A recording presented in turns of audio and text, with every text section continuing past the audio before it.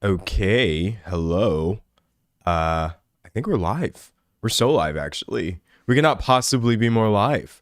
Hey, everybody, how are you doing? Live right here on Tuesday. Excited? Question mark. To talk about A24's new movie. I realized at first I titled the stream A24's new movie is directed by a creep, but then I was like, they have a lot of movies coming out, and some of them actually look really cool, so I made it more specific. A24's new anti-romcom. Like the Backrooms, for example. I don't want to imply that that director is a creep because he actually seems like a pretty cool person.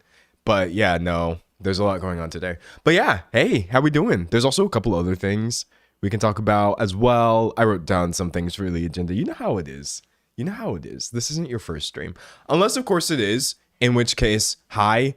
Welcome to your first stream watching me. I'm just going to do it the same way today I do every day, which is that the first 30 minutes or so, you're getting exactly what you're getting here, which is a yap session. Actually, I usually do not start on time like this. I think I went live at 12:02 my time, which that's not usually how it goes.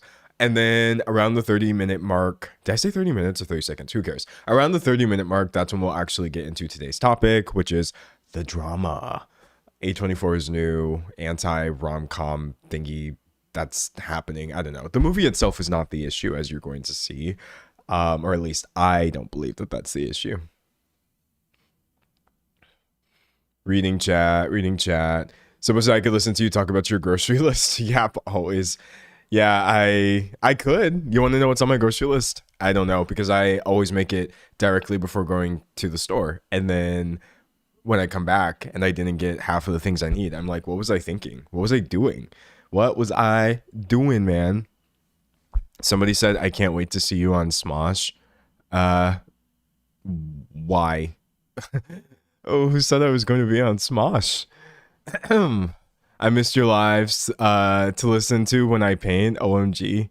Yeah, I also missed going live, but you know, here's how I looked at it. Just someone say your head is glowing. Thank you. I feel like it is glowing today. Here's how I looked at it, chat. Essentially, and I'm not I'm not trying to brag or anything like that, but essentially I work 6 days a week like many people do, and I only get 1 day off a week. So all of my Saturdays that I would have taken off, I just took them off in a row. Someone said Smosh said that I'm going to be in the video. Oh, okay. I didn't know that. They said that. Well, yeah, if Smosh said it, I can, I guess, acknowledge that. Where did they say that? Smosh, alike, YouTube, videos. No. Is it probably a post? Oh, wow. Look at that, chat. Surprise, surprise. Okay, yeah. I promise, by the way, I was not trying to gaslight you. Whoever brought this up. I wasn't trying to make you feel crazy. It's just, until things are confirmed, it's helpful to be really vague. That way people don't get their hopes up. But look, apparently we're confirmed. Yes, I'm going to be guesting on Smosh's Smosh Alike channel. We'll be talking about weddings. Now, them asking me, the non-binary ace individual who has sworn off weddings for like so very publicly, I feel like this is going to be hilarious as a subject matter. I didn't even bother telling them anything. By the way, ace people can get married. But I'm just like, oh, me being here for this specific thing is so funny. Now that being said, I would still have a wedding, but like as a joke. Does that make sense? I would do it because I feel like I would just reach a level of chill with somebody where it's like, what if we just got married? Wouldn't that be funny? And then we would do it just to troll everybody. So I don't know if that's exactly what Smosh is looking for, but that's what everyone's going to see when I go over there and tell them my opinions. It's going to be so stupid. I have no idea why this was the topic, but I'm going to do my best, y'all. But yeah, no, I'm excited for that. I'm pretty excited for that. And I'm glad it's finally public. I've been vaguely hinting at this for like weeks at this point. Yeah, someone said very exciting, but yeah, that's funny. Yeah, no, the topic, I was like, but we'll see. I think it should make it a deeply entertaining video. I really do think it should be a deeply entertaining video. Also, Can I complain actually? Hold on a second. Hold on. Wait. I've been on the Smosh Like channel before. I think back when it was still titled Anthony Padilla. And hold on. YouTube, Smosh Alike. Let me tell you this right now. They completely restructured the format of the show that I'm going to be on. So now I have to make sure that my entire outfit is banging. See, look, here's an example. Okay. It's not playing. There we go. The show never used to look like this. There was a table. I swear to God, I was here with this man, this individual right here, H Bomber guy, and also Mina Lee, and I think we had a really great conversation. But there was a table, I think. And so it was kind of similar to the way that my videos are set up right now. But when they told me, essentially, they were like, oh yeah, by the way, D'Angelo, just so you know, like the format has changed a little bit. And I was like, oh, the format has changed a little bit. That's fine. And then I go look at the current format and see it's just this jump scare full body shot. So I have put literally so much work into finding an outfit for my appearance on Smosh, because I never have to put together a full outfit for a video. Never. I've never even done it once. And so I was scared. I was like, pants, shoes, these are things that exist. I do think technically in my last appearance, you can still see my pants a little bit, but yeah, no, I was so scared. I was like, oh no. Someone said I originally found you through Anthony Padilla, full circle. Yo, that's fire, actually. Well, thank you for still being here. That's really, really cool. I was really, really happy with how that video came out. Just honestly, because I was talking to like such cool people, and also the cast, or the crew rather, over at Smosh is just so cool. But anyways, enough about that. I'm rambling about that.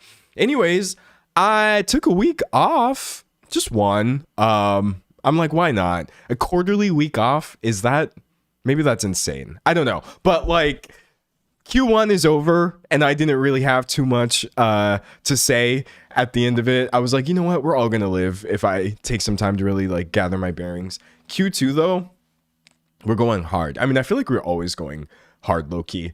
But we're gonna go harder. And I'm excited about it. Someone said short shorts, please. I could wear short shorts, but I already have figured out the scenario. It's not going to be short shorts. I think it is going to be quite good, hopefully. Anyways, some say call it spring break. Exactly. I literally just took spring break off, and that's on period. That being said, we are not off anymore though. Trust, I'm back. We got our topics for the week, or I have a topic for the week. While I was gone, honestly, I didn't really see things happening that were that crazy anyway. So it is what it is. Someone said, I second a cool statement belt. Just you wait.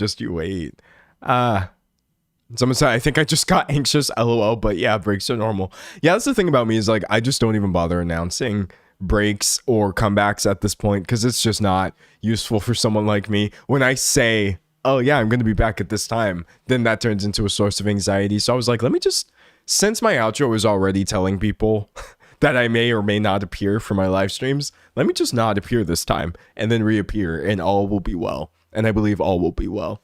Someone said you got to go full dad with the socks and sandals and cargo shorts. I could though. I definitely could. Reading. So I missed you that week. I ran out of VOD, so my painting sessions were utterly silent. Yo, painting in silence is wild. I could never do that. Back when I was illustrating. I'm going to graduate with a fashion design degree in a month, and I'm so exhausted. Well, I hope you do more for the world than the current mavericks at the fashion houses. We need people like you to shake things up, because I literally do not know what is going on with high fashion, but for the most part, it needs to stop. So I'm proud of you. I genuinely am. Oh my gosh. What else do we got? Someone said all is very well. All is well now. Someone said I just assumed you were on break. Welcome back. I very much was. And just like that, we back. All right. Reading chat. Someone said you're at 702,000 now, by the way. Okay, chat. Don't tell me my subscriber count again until I reach 750K. That's my new goal. I appreciate the update, by the way, because I don't be checking these numbers. They're not useful data for me. They're very scary. But I want to know I do want to know when we hit 750,000, 750,000 subscribers on this third channel of mine, because that's going to be really exciting as a milestone. But yeah, until then, let me be ignorant. I work hard for this ignorance. I really, really do. Someone said I got to see Haley Williams this weekend.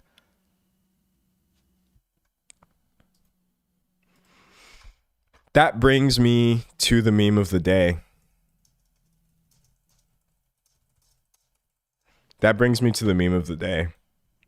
I use this meme a lot in conversation with people. Jesus, I see what you've done for other people, and I want that for me. That's how I feel about the revelation that somebody in my chat got to see Haley Williams live. That sounds fire as hell. Every single Haley Williams performance I have ever seen has just been, I mean, I've never seen them live, but I've used my imagination and imagined that they were pretty good experiences. So I very much hope that that was as enjoyable for you as I would imagine it would be for me. But yeah, there's the meme. Here, I'm gonna turn off chat. If you never had this one before, you can screenshot it. I'll give you 5 seconds. 5, 4, 3, 2, 1. All right, screenshot that. Wait, I'm in the way. 5, 4, 3, 2, 1. Okay, whatever. You could just Google it. That makes more sense than me being stupid. I'm going to adjust the air in here a second. BRB. Someone said it's trans day of visibility. Is that true?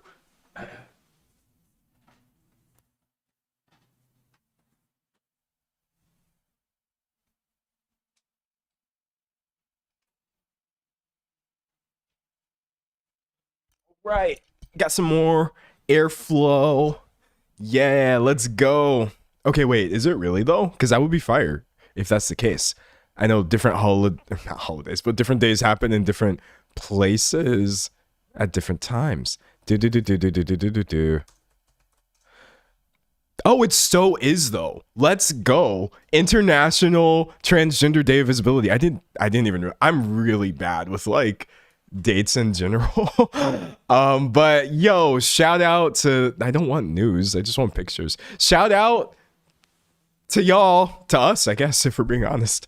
This is exciting. Happy Trans Day of Visibility.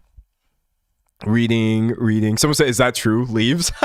Yeah, I just rage quit when I found out that trans people exist on this stream. I can't do it anymore. No, jokes aside, this is awesome. And shout out to everybody who was out there being hella visible. Also, shout out to everybody who is being as visible as they can be or are comfortable with. That is literally still valid, equally valid, actually. So don't feel bad. But this is awesome. Someone said, I am now seen for one day. Happy Trans Visibility Day. Yo, that is awesome. Someone said, we're so visible. Truly, we are literally, we're just out here on God. Someone said my PC about to crash. Perfect timing. If your PC crashes during Transgender Day of Visibility, is that technically transphobic of your PC to do? I wonder. Your PC is gonna get canceled in my next video. Or could one say it's very un-PC? Sorry. I'm just gonna end the stream. we've peaked already. The jokes are horrible. Everything is bad, but I'm having fun, honestly. I get so excited. Someone said, do you have any thoughts on Tomodachi life? Yeah, only good thoughts. I don't have any thoughts. I love Tomodachi life. That's me saying that and then trying to make sure I'm thinking of the right game. That's that Nintendo joint with the Mii's, right? I love me some happy vibe Nintendo games. Yes. Okay, great. Yeah, I used to be super into games like this when I was younger. I feel like there was an older version of this for sure. Yeah. 2000 something. I don't know which one this is. But yeah, no, that's fire. That's hella fire. Someone said, I want that game so badly. It's fun. Supporting Nintendo is not fun, but and yet here I am lining up every time. Oh, you know, I did play a game. Someone said, did I miss the topic? No, I did play a game And if you're wondering why I haven't talked about this topic, it's the same structure as always. We'll get there at the 30-minute mark. During my break, I played through Detroit Become Human, which I have so many thoughts on. Someone said Nintendo joint with the Mii's. Okay, Unk. Listen, we Unk pilled over here. It's too late. There's no more, youth maxing on my end. I've already age spiked and am now permanently just scuffed. No, I played Detroit Become Human. For those of you who have never heard of that game, God, I had so many mixed feelings on it. Most of my feelings were positive. Let's just say that. Guys, I have a tendency sometimes to not harp on the positives. There were a lot for this game. I really love the animation, the performances, the acting. Like, it just looked amazing. I also really appreciated the gameplay of it as well. And for the most part, I genuinely did enjoy the themes, at least through the storyline that I played. So please keep in mind that that's literally like 85% good is how I feel about this game. I did laugh not laugh, that's not the right word. I had to remind myself that it is just a game. I think because this game engages with themes of like bigotry and stuff like that, and depending on how you play, things can get very like kumbaya, and that's not really how things work in real life, but that is literally just one of many options in the game. So I'm not really trying to knock this game. You can lead an entire robot revolution if you so feel, which I think is great. But yeah, for the most part, I thought this was pretty fun. Not a perfect game by any means, but definitely an interesting playthrough. Someone said, I loved it, but I didn't love the fact that you had to be perfectly pacifist to be accepted as a just movement. Yeah, see what I'm saying? You see what I'm saying. I'm not trying to sound like that one friend who's too woke, because like I'll tell you about the coughing in a second. I'm not trying to sound like that one friend who's too woke. It's literally a video game. It's truly just a video game. And also, you can still play the game as a revolutionary, which I think is pretty lit, honestly, and win, essentially. But yes, some of the more pacifist themes in the game I did find to be a little bit hilarious is not the right word. Not the right word by any means. But that being said,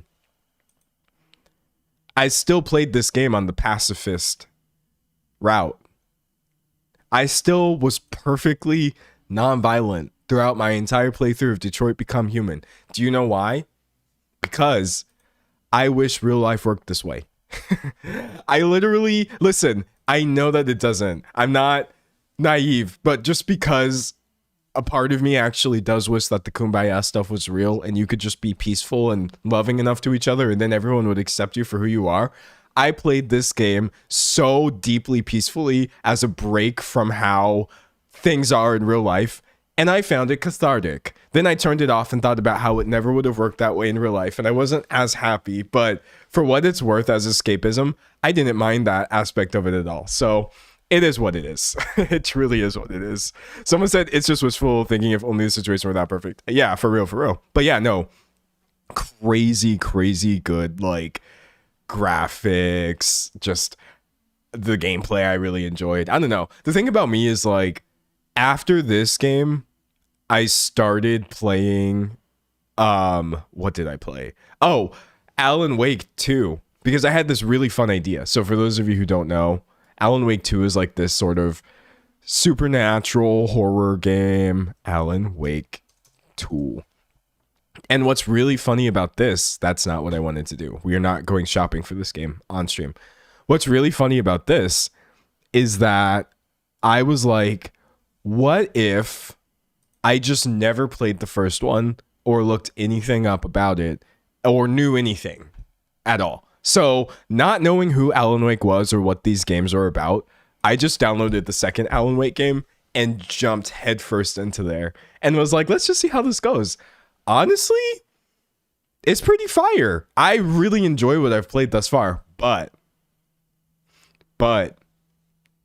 there is more an emphasis on like gunplay, gun-based gameplay in this game, which is fine. I'm not against that in games. It's more so I'm terrible at that. So when I'm being chased down by insidious apparitions out here trying to aim the Glock, just missing every shot, running out of ammo, I'm just like, what actual human being would be able to aim accurately in such a stressful situation? Maybe an FBI agent like the main character down here, but certainly not me. So I was so mad playing this game. I was just shooting and I'm just like, bro, go down. And then I'm like, oh, it's not going down because I was hitting the tree behind the thing I was trying to hit. So I'm much worse at this game. And you know what I had to do? I put it on easy. Yes, let it be known. Let it be known right here. For the vast majority of games that I play, I just leave them on normal because I don't see a reason to put them on easy. But for this one, because I was only here for enjoyment, I cranked that difficulty down. And I was like, we're just going to play baby's first supernatural horror. And I'm going to have more fun playing it this way because I don't want to get good at this game. And so, yeah. Now I'm enjoying myself much more because I don't even have to be good at the game. I feel like bang, bang, bang. And then maybe one of the shots lands and I win anyway. And I'm just like, this is so valid. This is equally valid. But yeah, if you're somebody who really grinded like the battle mechanics, I'm happy for you, but you're stronger than me. For sure. For sure. Someone said you're a game journalist. I could be. Listen. Okay. Now. Someone said I love playing games on easy. Listen, it's there for a reason. It's literally there for a reason. We're not hacking into the games and adding an easy mode by taking away what the developers intended for us to use. If the mode wasn't there for us to use, why would it be there? Huh? That's how I say. Someone said it exists for a reason. Literally. Anyways, that being said though, I want to tell y'all about the coughing. You may have noticed a couple times I've been coughing or trying to clear my throat or whatever. I am literally not sick. Or I don't feel like I'm sick. I don't identify as sick currently, but the AC in the place where I live stopped working. And that's not usually a good thing. But here's why it's really not good. Because I live in North Carolina, and anybody who lives here can attest, our weather, depending on where you live, is very odd. It happens this way in a lot of places, but North Carolina is pretty bad for it, where you will see like these sometimes 20, 25 degree jumps in temperatures across consecutive days. It's not usually that high, but I have literally seen 20. And so I wasn't prepared to sleep through a cold night. I wasn't covered like with enough covers. I was just laying there in like this deeply cold weather for 8 hours. And then without realizing, because I was sleeping good, then I woke up and I felt horrendous. I literally could have avoided this by just like, I don't know, sleeping under one extra cover for the night. But I did not do that because I didn't realize what was happening. So for, I think like the past 4 days, I've been battling this really annoying head cold. Someone said mold. No, not mold. Cold. We don't have mold in our place. We have had to deal with mold. Like I've had to deal with mold in a previous place that I lived, and it was terrible because, yeah, I don't even want to go back through that. But yeah, in this case, it was just a temperature issue, which left me feeling a little dicey. But we're certainly doing our best. Washing the hell out of this hoodie after I finish coughing into it all stream. I have copies, so we'll still be fine for the next one. Ooh, someone said you have cooties. I'm a doctor, so sorry. I very much have cooties, so it's nice that we're doing this sort of conversation remotely. Then we don't have to worry about all of this. All right, anyways. Someone said health and prosperity for D'Angelo. Yes, health and prosperity for all of us. Please, please, for the love of God. All right, I'm going to close these tabs about Alan Wake. I'm going to close these tabs about Detroit Become Human, Tomodachi Life, Trans Day of Visibility, memes about Jesus doing things for other people. All right, I think I've finally cleared my desktop. Someone says struck down like a Victorian child. Dude, I am so like, I hate how easy it is to knock me out with cold weather. It pisses me off. I do genuinely think it's because I'm from Texas, and Texas has cold areas, but where I'm from, it don't really get that cold compared to other places. And so since youth, I'm still young, but since childhood, I've always had this issue where a little bit of cold and then it's Sniffle City and me just suffering the entire time. And I got so mad when I woke up that day after the AC went down, and I was just like, grr, not again. Someday I will regulate my body temperature like other humans do, and then this won't happen to me. Hopefully. Someone said consumption core. No, please no. Oh my gosh. Anyways, all right. We're at the 30-minute mark. We truly are. I can't even believe that. Someone said we need to adjust the joke. Your average Victorian child tanked more than we do in like 20 years. Okay, to be fair, yeah. We're in a much better medical and health situation, many of us, than we were in the Victorian era, and I'm grateful for that. I just wish I could endure cold temperatures for 10 minutes without it being a problem. All right, let's see.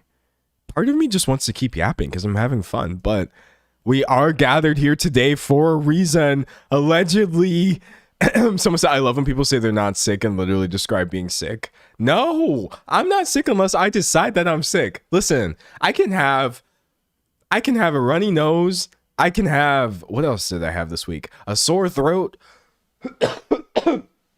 congestion, coughing I've had this week as well. I also had a little bit of a headache, and I was kind of warm, which didn't make sense because I was cold. But I'm not sick unless I say I'm sick, and that's on period. Sick means I don't know how bad it would have to be before I declare myself sick. But listen, it is what it is. It truly is what it is. All right, someone said, hey man, what are we talking about? I just got here. The topic now, because I was yapping for 30 minutes, as I always do. I'm going to start recording. All right, everybody say hi. Everybody say hi to YouTube right now. Right now. Say hi, because we're recording and you're going to be on TV, aka in my YouTube video. Wait, hold on. I shouldn't have done that early. Okay, no, say hi and I'll record the intro and then I'll tell you something funny. All right. There's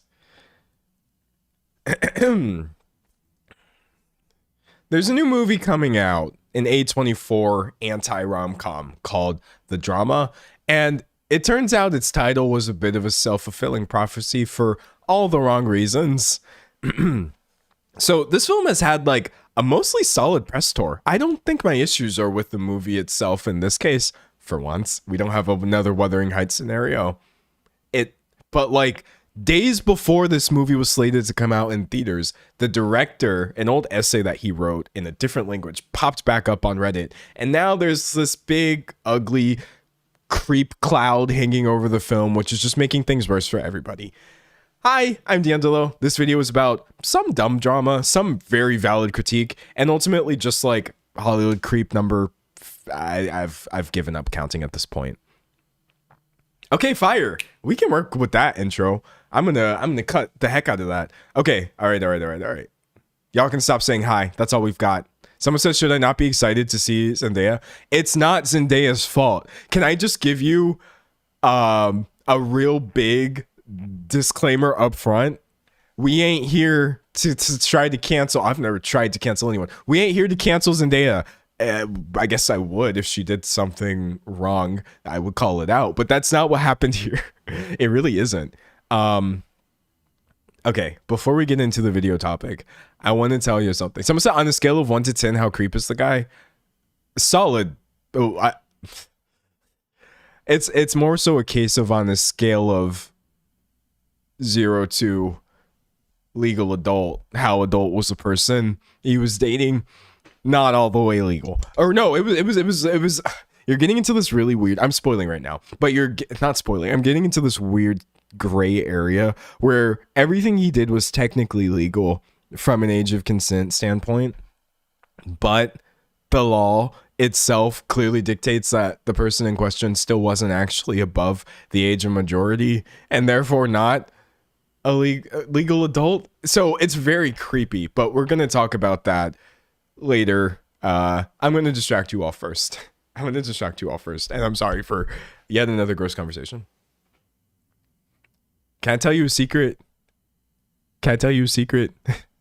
Positive secret.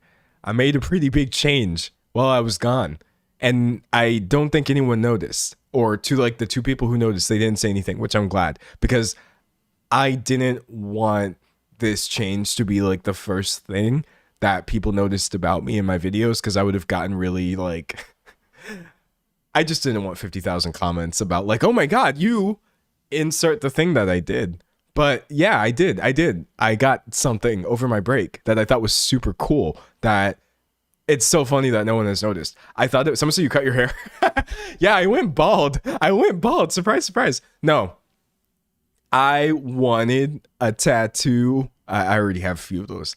I wanted one on my neck, but I didn't want the kind of neck tattoo that everybody would notice as the first thing about me, because I'm just not there yet. I probably will get one of those someday, sooner than you're anticipating. But yeah, I did. I sure enough got one, but I placed it to where it wouldn't actually be distracting. And no one noticed. Someone said lipstick. No, I'm not wearing lipstick. We just naturally rosy over here. Someone said behind your ear. I spotted it immediately and gaslit myself that it had always been there. Yeah, it's like, it's kind of visible somewhat. Anyways, someone said the BBL. I did not get a BBL. Just throwing that out there. That wasn't the change that I made. No one would even see that in my videos unless I zoomed out a little bit. So who knows? It could still be on the table. No, I'm just kidding. But okay, check this out. Someone said lip filler. Nah, I just be black. Listen. Check this out. It's still healing. And I don't know if this is a good angle of it. Maybe. So it might, but enough disclaimer. Look. Can you see this? I can't see myself. Hold on, wait. I'm going to try again. Let me know if you can actually see this joint. Did that show it? I have no idea if it was visible. Someone said first BBL allegation. I did not get one. You can all see on Smosh later. I don't know when it's actually, that video is supposed to be coming out, but there was no BBL. Someone said that's so sick, actually. Thank you. Oh, everybody saw it. Yeah. Okay, great. I'm glad it shows up on camera. Yes, I got my latest, actually, one of my latest tats. I put that joint right here. I was like, slap it up there. I've wanted this one in this placement for a while now. Here, I'll get you a better picture of it so you can see it a little clearer. This picture was taken like right after it was completed. But it's just so good, man. I literally I can't take credit for other people's artwork.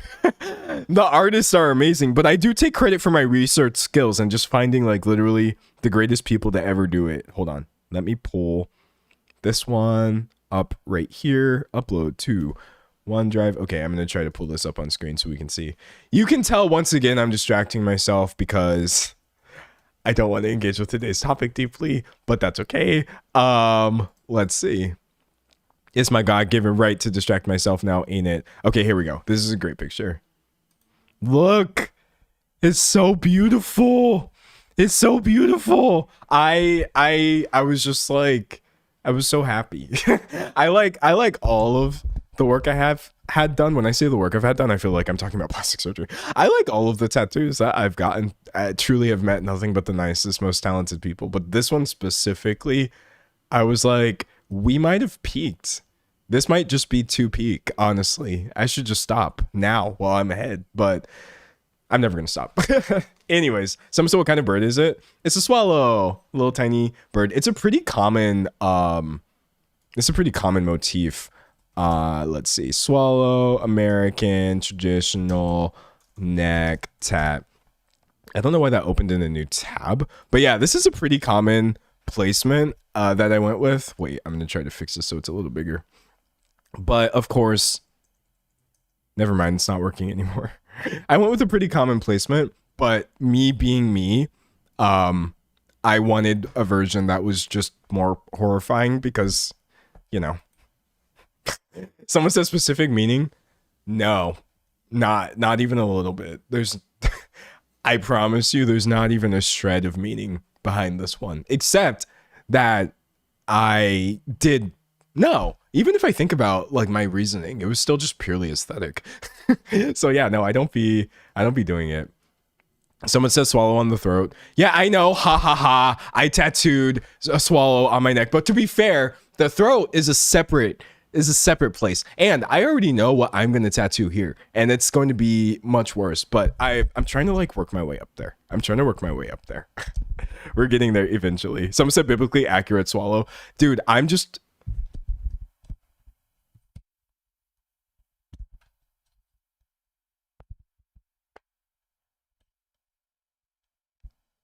rude. I'm a sucker for like the biblically accurate vibe across most of the art that I get. So when I saw this one, I was just like, bro, that's the one. That's the one right there. Anyways, I've ranted enough. I've ranted enough. Let me stop. Someone said I was fighting not to make the swallow joke. It's okay. You can do it. I preempted it. Don't worry. Don't worry. Reading. Someone said, I turned 18 last month and I'm saving for a tattoo. I want to get a memorial tattoo for my mom. That sounds really lovely. That's wonderful. I would maybe recommend don't put it on your neck. Not that you said you were going to. Well, then again, there are totally placements that you can do on your neck that I think are not as intrusive as people are thinking. But like, it's a pretty odd experience. And so I wouldn't recommend that to everybody. For real. Anyways, reading chat. Someone said, I love creepy stuff positive, so I love that tat. Yes, you understand. You truly understand. Like, I think the thing that bothers me sometimes is I don't want to seem like I have an edgy aesthetic for the sake of putting people off. I just genuinely find a lot of artistic merit in things that other people consider to be like creepy or bad or horrifying. I just think it's cute. And I'm just like, oh, I really love the way this looks. So we've got a lot of like extra eyes and bones and things that could be considered, I guess, off-putting to some people. But I'm just like, bro, who cares? It's just pictures. It's just pictures. Someone said you just have your own style. No, literally, God forbid. God forbid somebody has their own style. Someone said, was it a Flash design or custom? Flash. I'm trying to do like almost a Flash bodysuit. It's going to take a while, obviously. And it's going to involve a lot of people, but we're getting there slowly. Reading chat. Someone said, I made a live this time. I can't wait to see my comment in the video. Yeah, we're recording right now. Literally, we are recording right now. Anyways, someone said, you know what's so amazing in adulthood? Super soft people with an edgy aesthetic. That's peak. Exactly. I don't know that I'm super soft per se, but I do think like, I also think it's funny. Chat, I'm going to be really honest. I do get a kick out of projecting a certain aura that just does not match my personality at all. You could tie that back to my weird gender or anything. Like it goes a lot deeper than just the way that I dress, but I do think it's really funny that I can show up and look a certain way and people can assume whatever they want. But then hopefully when they talk to me, they'll see that I'm very nice. That's my goal in life. I want people to think that I'm a nice person and polite and a cool hang, hopefully. So it is what it is. It truly is what it is. Somebody said we love duality. For real. All right. I think that's all we've got. Someone said you're approachable once you speak. Exactly. Once you cut through my resting scary face, or I just look annoyed. I just look annoyed no matter what I'm doing. But I'm never annoyed. All right, I get annoyed, but all right. Anyways, enough about that, chat. Enough about that. The drama. Talking about the drama. Let's talk about the drama. Speaking of edgy, let's get into it. So, for those of you who have never heard of this movie, wait, why is my task manager present? Sorry, it's supposed to like auto hide because it's ugly. So, my taskbar, task view, taskbar behaviors automatically hide. Okay, there we go. Fixed.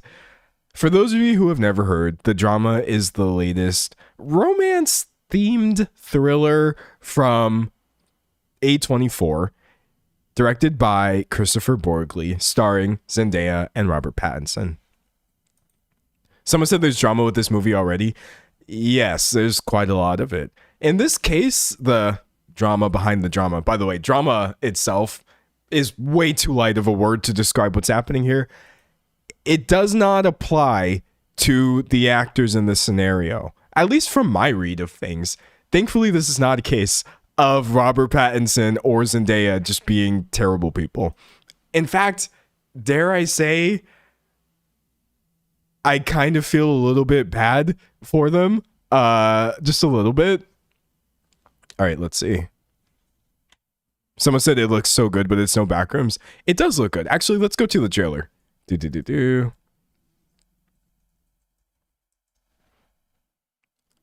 Hold on. Pull it up. I'm live. I hate when I pull my stuff up and I'm just randomly there. The Drama trailer. Okay, great. What? That's the Backrooms. YouTube, what the? Okay, wait.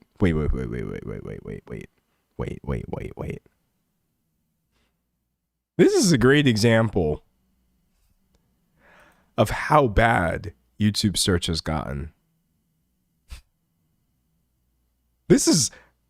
I've been screaming from the rooftops. That YouTube is purposely, intentionally throttling search for reasons that are quite unclear to me. I don't understand why YouTube wants the search function to be the worst aspect of the website, but it has gotten so bad over the years. And this is why you will search for something and then something else will come up. This isn't even an ad, by the way. Nobody paid for that to be there. It's just broken, and I don't know why they broke it. Anyways, so The Drama itself is this movie in which, just judging off of the trailer, this happy couple, you know, they have their meet cute. It starts following all of the typical rom-com hallmarks, but then it's revealed that Zendaya's character has done something in the past that sort of throws the whole thing into disarray, shall we say.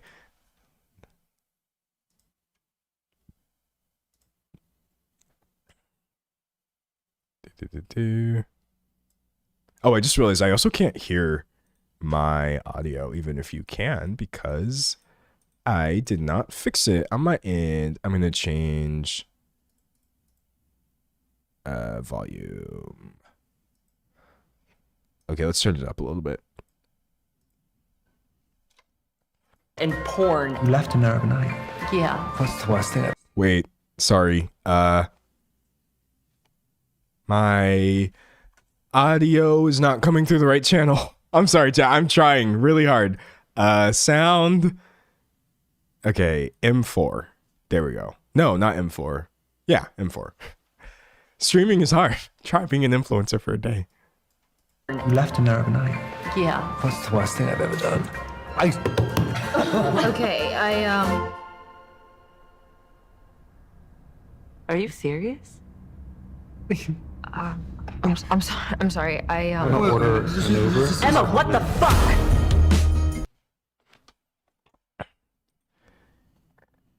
And so the rest of the film is essentially about how do their characters move forward with this wedding despite knowing the worst. Now, unfortunately, I am going to spoil what's happened here because that is part of the scenario we're talking about. If you don't actually want to know what... God, this is so tricky to talk about. Okay. I've been trying to figure out how to discuss this, by the way, chat. Because I have such mixed feelings on this. Give me a second. I thought I would have figured it out by now.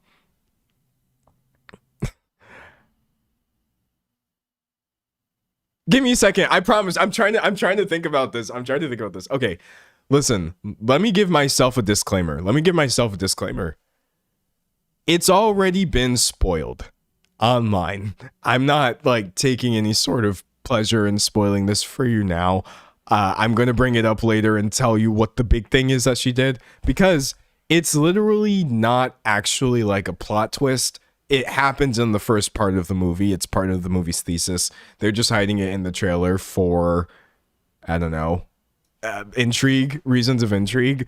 She plans a school. She planned a school shooting, chat, a long time ago, according to what people are saying in like screenings, etc. That's the thesis of the film. Obviously, because of this, there's already been a lot of discourse, which, by the way, this is literally still not the main thing I'm here to discuss. It doesn't have to do with the director himself being a creep. Someone said, I don't want to know. You were going to find out literally within the first act of the movie. Someone said America. Yeah, okay, so someone said who wrote this. We're going to get into who wrote this in a second, because the writer is also the director. Now, listen. Off rip, there's already been a lot of discussion about this. I'm not laughing. Sorry. Anything that you're getting from me right now is pure discomfort, because personally, I find the entire topic of school shootings to be horrific, and not, you know, what I'm trying to get at here is that she doesn't do this in that movie. That's not actually what the movie's about. She just admits to having planned it at one point. But I think because A24 was hiding this aspect of it, people finding out about it after the fact were obviously outraged, because it's a bad thing. Ugh, God, this conversation. I'm not worried about y'all, by the way, chat. I don't really feel like y'all are the issue here. I just think when people get so polarized over this sort of thing, I have to make sure that I'm not being inflammatory, but that I'm also still being honest. So if I'm still being honest, I will say the movie is totally free to engage with this as a premise. I do genuinely believe that. I hope that doesn't come across as callous or anything like that. People are equally free to avoid this film after learning that it contains these themes, which is some of the backlash that you were seeing. Some people have said that they wouldn't, just based off of their personal feelings or whatever. I'm reading chat. Someone said it feels like rage bait in a feature film. Yes, okay. You're kind of getting at what I'm trying to say here. It does feel like rage bait in feature film format. As I say, you're totally free to engage with these themes, but I do question why. Why? Maybe do we have a film about this? Again, like, I'm not advocating for less art. Well, you know what? There are times. Someone said you're doing great. Don't overthink it. Thank you. I'm going to try. There are times actually when I'm advocating for less art. Let me show you an example. Let me show you an example right now of a time where I said, no, we need to stop making artwork about real things. I'm sorry. This is literally like the worst thing one of the worst things I've ever seen. Jeffrey Epstein TV series in the works.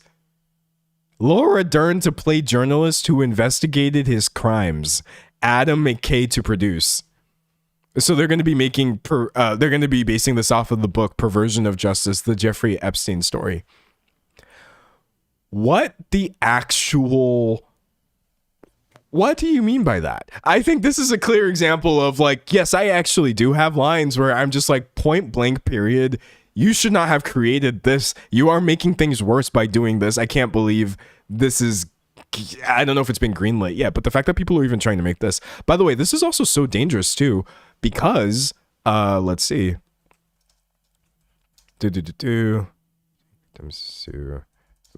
For info. Currently, literally as we speak, I'm just gonna pull this from one of the places it comes up. Epstein survivors sue Trump administration and Google over release of private information. So already people who were directly affected by this, just by the release of this info in a very irresponsible way, are being harmed by this. How in the world would now be a good time to also start thinking about how to exploit this from a fictional standpoint? Genuinely, that is so despicable, honestly, for so many reasons. Not least of which is that this is not over. You know what I mean? This does affect real people, etc. Here's the part where I need you to work with me, chat. Here's the part where I need you to work with me, chat. And this is just my opinion. As horrific as school shootings are, just the fact that they can even happen and things like that, this isn't exactly that by any means.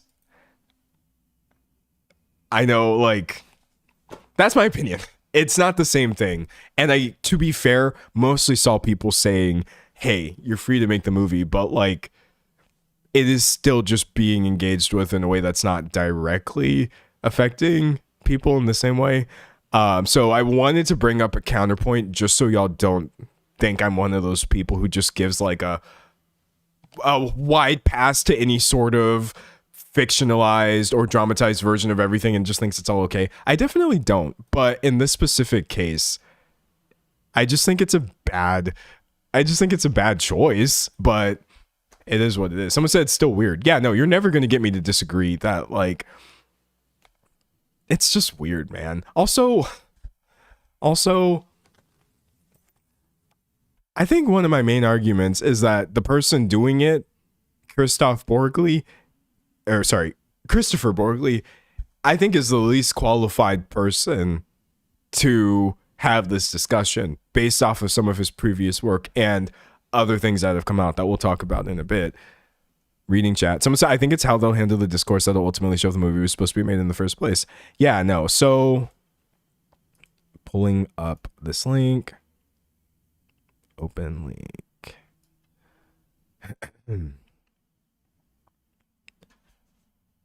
Someone said, wait, hold on. This is interesting. Someone said, I don't know. I feel like using it as a plot point almost normalizes school shootings, which is a crazy thing to do. That's interesting. I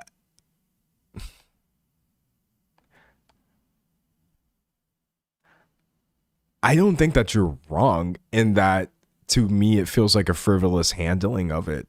I do think that we just live in a horrible era in which school shootings have been normalized by other sources that are not movies to an alarming degree that perpetuates them happening in the first place. Does that make sense? That's kind of what I'm saying. Someone said they should have given a trigger warning about it. Yeah, here, I'll show you some of the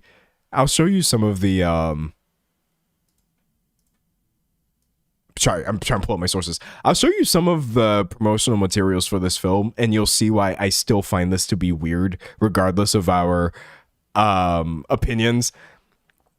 So this was an ad that they took out in a paper with like a fake engagement for the characters, which I thought actually was kind of cute. Before I knew what this film involved, it says Emma Harwood will become the bride of Charlie Thompson on April 3rd in Boston, Massachusetts. They were doing a lot of this wedding stuff, wedding themed things. They also had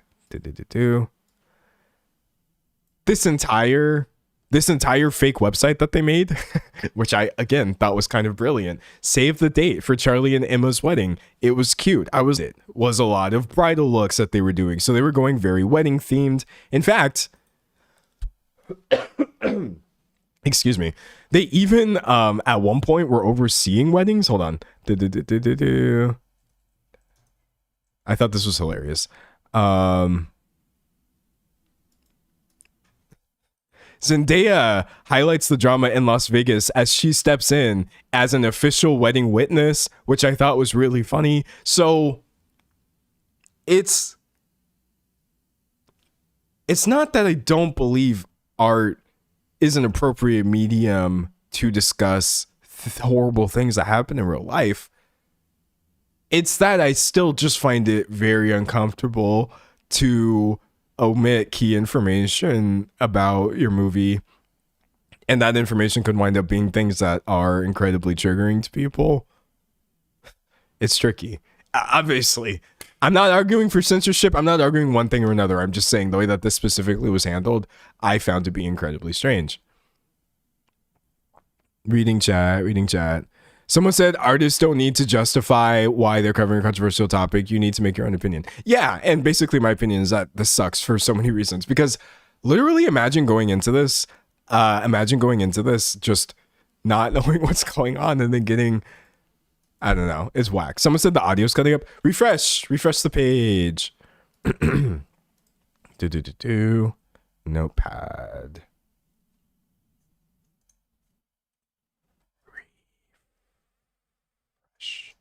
The page. Refresh the page, and I think it should be fine if the audio is acting up. Refresh the page and let me know if it's okay. Someone said refresh and I still can't hear you. Someone said I hear it fine. You guys need to refresh. Yeah, a little bit of refresh. A little bit of refresh, and then we'll be fine. Somebody said we need to talk about Kevin shows it without glamorizing it. Yeah, somebody said, well, I write some rough stuff is not exempt from critique. Yeah, you're understanding. Oh, someone said YouTube is having streaming issues today. Boo. Oh, did I miss an R? I said refresh. Refresh the page if the audio is acting up. There we go.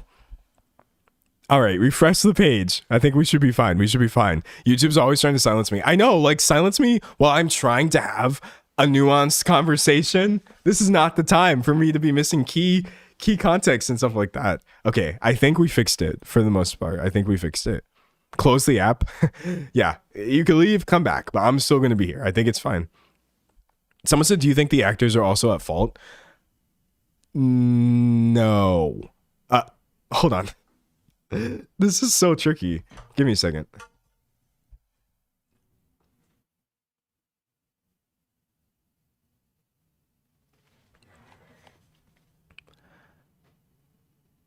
I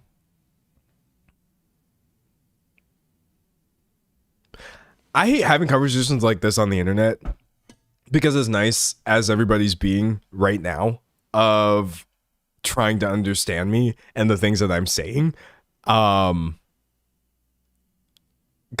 people are so horrible. They're so horrible online. They're just so bad about this kind of thing.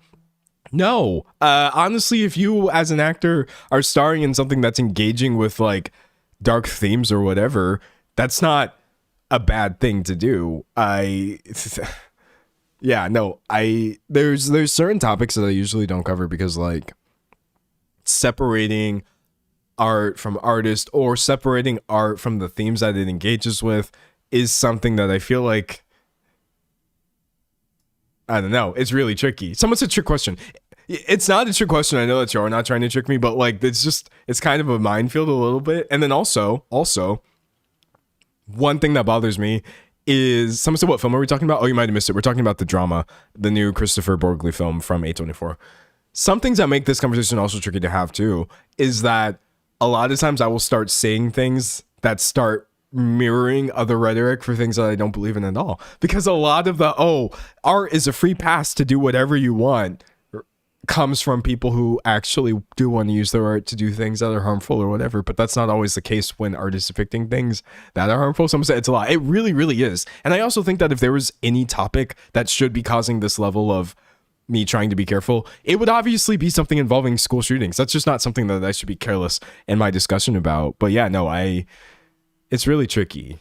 It's complicated because ultimately art is deeply important and can and should engage with whatever themes it wants to. Actually, a lot of progress in society is made because of the way art has engaged with certain themes.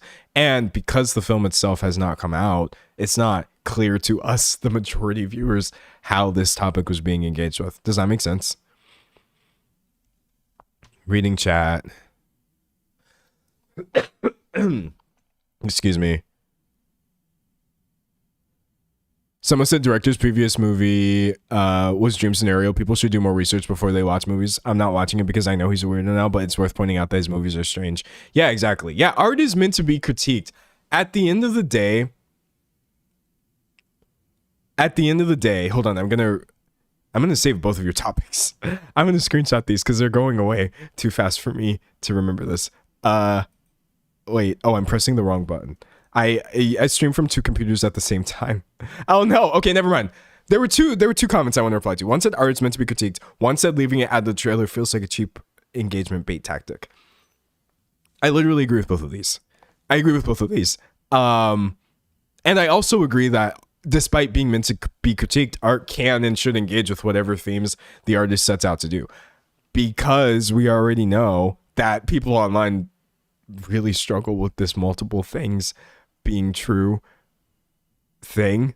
I think a lot of people don't realize me critiquing artwork is not me advocating against its right to exist or engage with those topics. But both of those things are true, and you're just going to have to be okay. And also, yeah, I believe it was 100% annoying engagement bait just so you could have a viral mic drop moment where we all realize, oh God, the new flick with these two really big actors and this seemingly rom-com is actually about someone who at one time tried to plan a school shooting. That's shocking. So yeah, there's just a lot of things that are happening at once, and I think it's terrible, honestly. Reading chat. Someone said using triggers as marketing just isn't great. No, for real. Exactly. Yeah, no, I'm an artist myself. And so I hate the idea of people actually trying to censor artistic expression, no matter how quote unquote uncomfortable it makes you. Because also, by the way, it's very one-sided. Someone said, I'm glad you took some recovery time. Thank you. I also am glad I took some recovery time. I feel like if I had tried to cover this right after my last stream, it would have been a mess. But listen, it's very one-sided too, because when you do start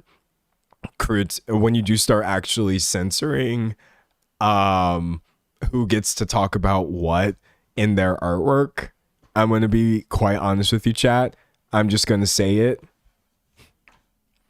It's not prestigious white male directors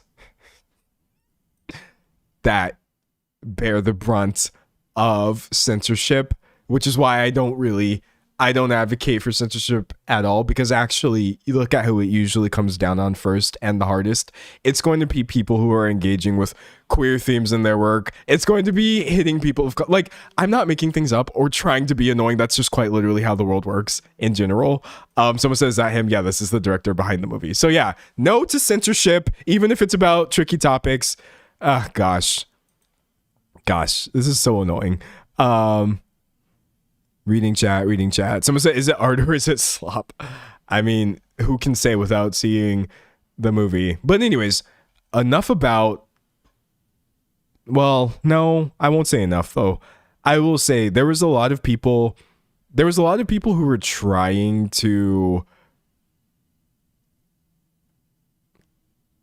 TikTok, trying to figure out how to word this. I think the way that I figured it out. The way that certain publications were latching onto this to try to force a dramatic issue was also really disturbing. Like, for example, TMZ, who is almost doesn't bear mentioning at this point. Sorry, I'm trying to pull this up. I just think this is really not a good thing. They, I believe, asked. Otherwise, I'm not sure how they obtained this statement. TMZ was like, oh, you know who should weigh in on this? One of the parents of the people affected by the Columbine shooting. For those of you who don't know, I'm going to pull it up. Unfortunately, we've just had so many school shootings, but this was actually one of the most prominent ones that occurred, the Columbine High School Massacre. And for some reason, called TMZ being the worst publication known to man, they were like, oh yeah, let's go ahead and secure a statement from Tom Mouser about this, whose son was murdered in the 99 massacre. Why? This level of, I guess, just, and to his credit, a lot of people were talking about his statement because, what did he say exactly? I'm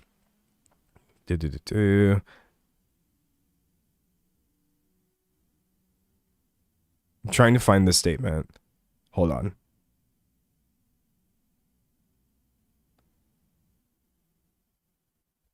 Sorry, give me a second. Here we go. Mouser, an outspoken gun reform activist ever since his son was murdered, says he's completely floored that anyone would think a school shooting would be a good fit for a romantic comedy, even a dark one, and tells us it's awful that all the shocking twists to make someone rethink their partner. Of all those twists, this is where the filmmakers landed. He was irked by what seemed to be people laughing off the twist Zendaya on her Jimmy Kimmel Live performance, etc. All of this is literally like, now there's another level of complexity. There's another level of complexity to the scenario. Trying to force this to be an issue with Zendaya specifically, I think is wild. Or even just like going for the statement in the first place is not a good thing. Someone said that's what the movie is about. Yeah, no, I think the issue that a lot of people, including him who did not see the movie, it's not actually about her doing this. She didn't do it. Obviously that doesn't make it less disturbing to engage with, but yeah, I saw a lot of people criticizing his statement of like, oh, you know, movies can't engage with these things, and I'm like, wouldn't it be nicer if we just left these people alone? Or maybe, I don't know, I'm just weak or something like that. I don't know. Someone said exactly why, because why Zendaya and not Rob? Oh, we're going to get into that, by the way. We haven't even gotten to the creep allegations yet. I'm still lingering in the movie discusses school shooting aspect. But once the director's past was revealed, you had a lot of people coming out with articles trying to spin this into Zendaya's problem as well. And you're going to see, I already feel like this is not her, but wait till you see the kinds of things that people were trying to attach to her name at this point. It's really wild. I did not see nearly as many articles trying to make this Robert Pattinson's problem, which is crazy because they literally share a lead credit. They're co-leading this film. But anyways, someone said the woman in the picture always catches the brunt of the backlash. No, yeah, like, you don't need me to tell you that, but you're definitely going to see that as we move forward to this. That being said, I do kind of want to move past that aspect of it because that's a lot, Chad. That's a lot. So, kind of decompressing a little bit. Someone said, I don't think it's weird for a movie to be about school shootings. It's wild that it's the twist of romance. Yeah, I would have to agree with you. Yeah, I would genuinely have to agree with you there. Also, I'm sorry. I'm pulling it up. I'm pulling up the picture. Chat, someone stop him. He's about to pull up the picture. He's doing it. He's doing it right now. Okay. You already knew I was going to go in this direction. But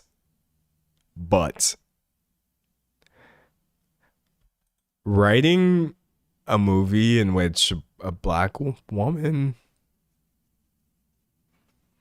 was the one who was actually planning on committing a mass murder at a school.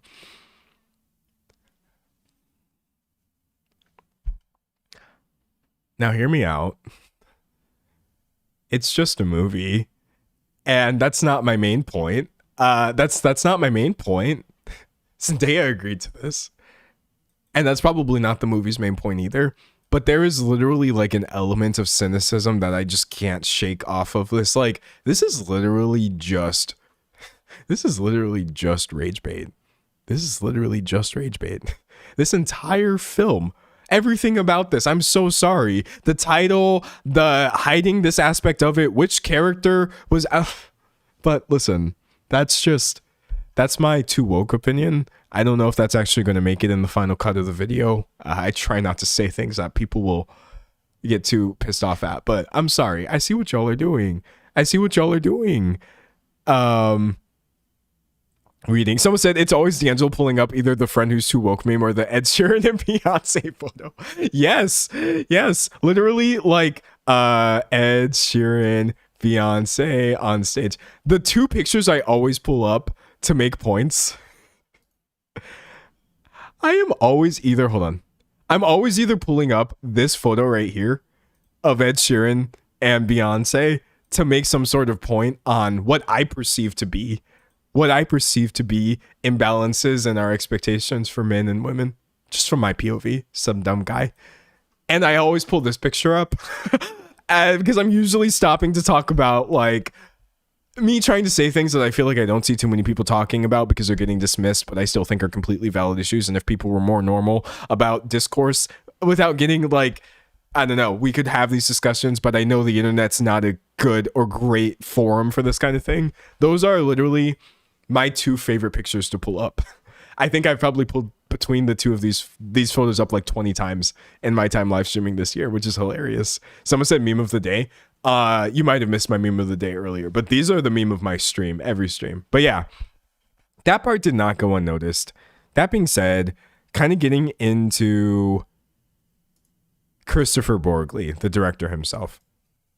I actually watched, someone said it's wild to write biracial, not black. Yeah, Zendaya, she black. She's also biracial, I believe. We're getting into these. Hold on, wait.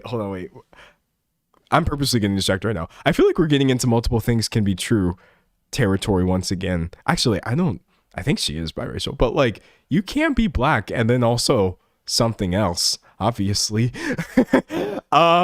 Obviously, let's throw that out there. I don't think anybody was actually seriously arguing against this, but you know, every now and then I do see that sometimes. And as somebody who is not biracial, in the traditional sense, I am just like, nah, bro, you black, she black. Someone said the world teacher is black anyway. Yeah, no, I find this to be such an interesting concept. I don't talk about it too much because I don't really have too many like some say her mom's white. Okay, thank you.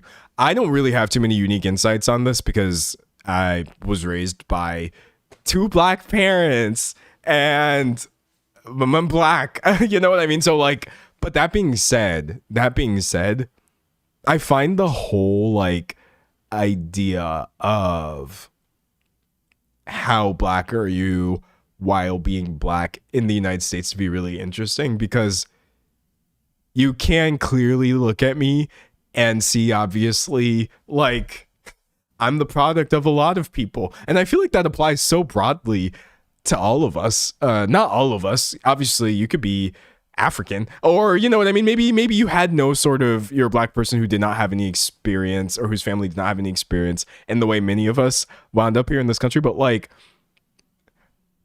it's just interesting. There are obviously things, complete like differences being raised by two black people versus maybe not or whatever that I think are worth talking about, especially as somebody who was or whatever. But like, I don't know. That's an interesting thing. To talk about. Someone said 4 black grandparents. Yeah, exactly. Someone said, have you read Raceless by Georgina Lawson? No, I have not. Okay. Now you're getting really terrible takes from me. Don't take this out of context ever. Don't let this get outside of the stream. Okay. Race in the tradition. Someone said if she goes by biracial, shouldn't you respect her identification? Well, yeah, but I don't think that's something that she's like. Okay, hold on, chat. Now you got me bugging. Over here. Doesn't Zendaya identify as black? The reason I know this is because Zendaya's statement on locks. There was this time when Zendaya wore these awesome locks to the red carpet and it was fire as hell. And then I think she was like literally a teenager at this point. This like fashion critic or somebody tried to write this nasty statement about her locks or whatever. Oh, here we go. Throwback to what Zendaya said.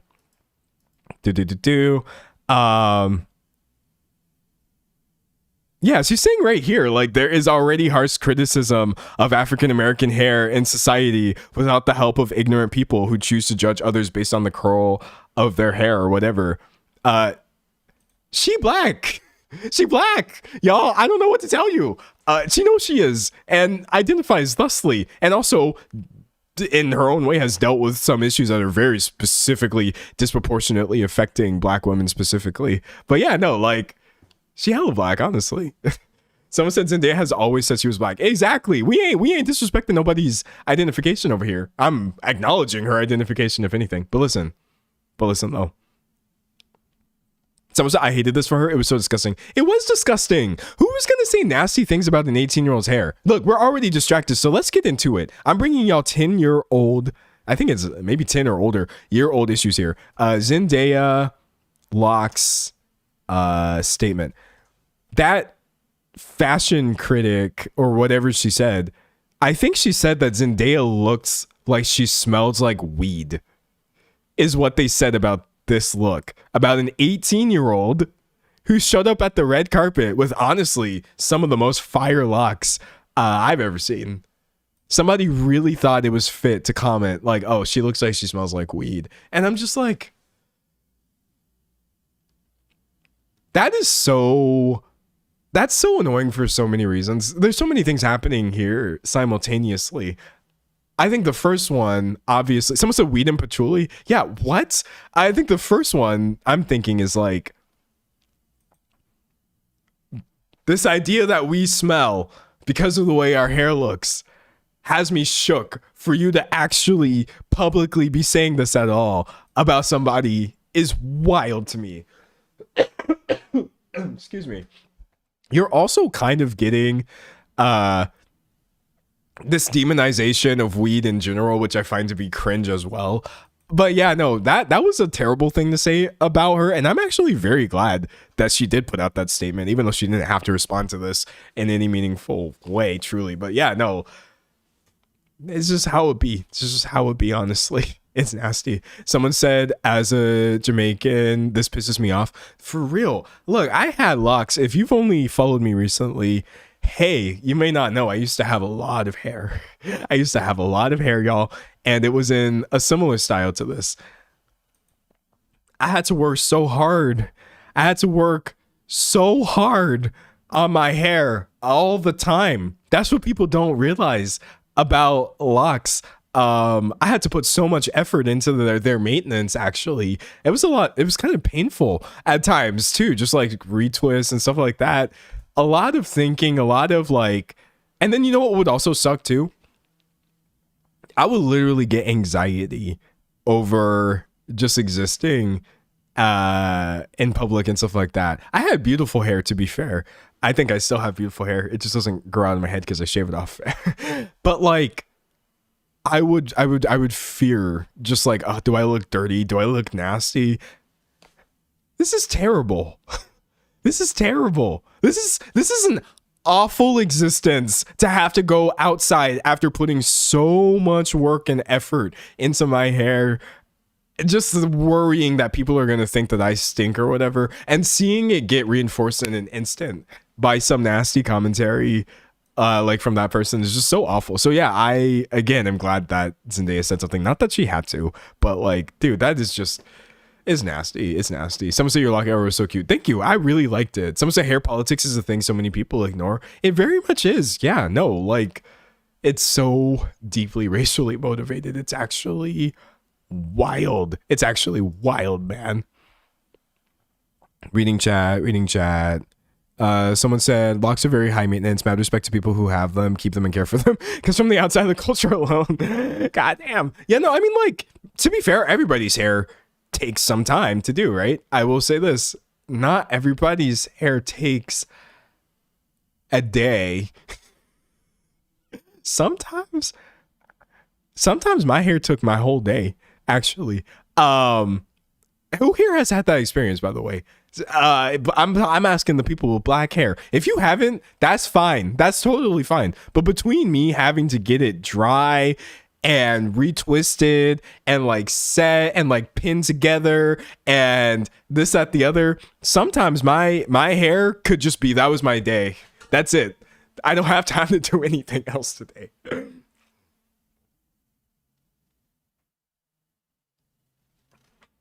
Someone said wash day. Wash day is serious business because wash day is also dry day Wash day is also style day. Wash day is reset everything day. And now for me, it was like, well, I washed more often than I retwisted, but it was like retwist as well. Bro, there's so much stuff that has to happen, honestly. It's wild. Some set hours in the salon. People will go to the black women, black people, black men. We will go to the salon and be in there for hours of our lives, just working on our hair. For us, by the way. I did all that for me, not because I care about what any of you think about my hair. I just really liked the way that it looked, but it took a lot of effort to maintain it. Yeah, it really did. It really did. Someone said, as someone with an afro, I spend around 10 minutes combing it out. Oh, I wish I could get away with that. My hair is like, even it is very resistant to any attempts at picking through it or combing through it. So I feel that resistance truly. Anyways, enough about that. I love my streams because we on one stream will talk about everything from A24 films to black hair to old Zendaya drama from 10 years ago. Okay, pulling back up Borgley. Anyways, and I'm sorry for all the coughing. I told the story before, but I had AC issues, which led to me having kind of a cold, but we out here. All right, now listen. I already watched this dude's prior movie. The influencer burn was crazy. I already watched this dude's prior movie years ago, out of my own volition. I didn't know who he was. I didn't even know who directed it. I wanted to watch Dream Scenario featuring Nicolas Cage, right? The reason I wanted to watch that is because, I'm going to be honest with you, pulling source, I'm actually secretly a really big fan of Nicolas Cage's acting. I know that is a somewhat unpopular opinion to have. The man himself, I will be honest, I don't know much about. I can't co-sign. But the projects that he's been in, even recently, I'm an apologist for Nick Cage's recent work. Proudly.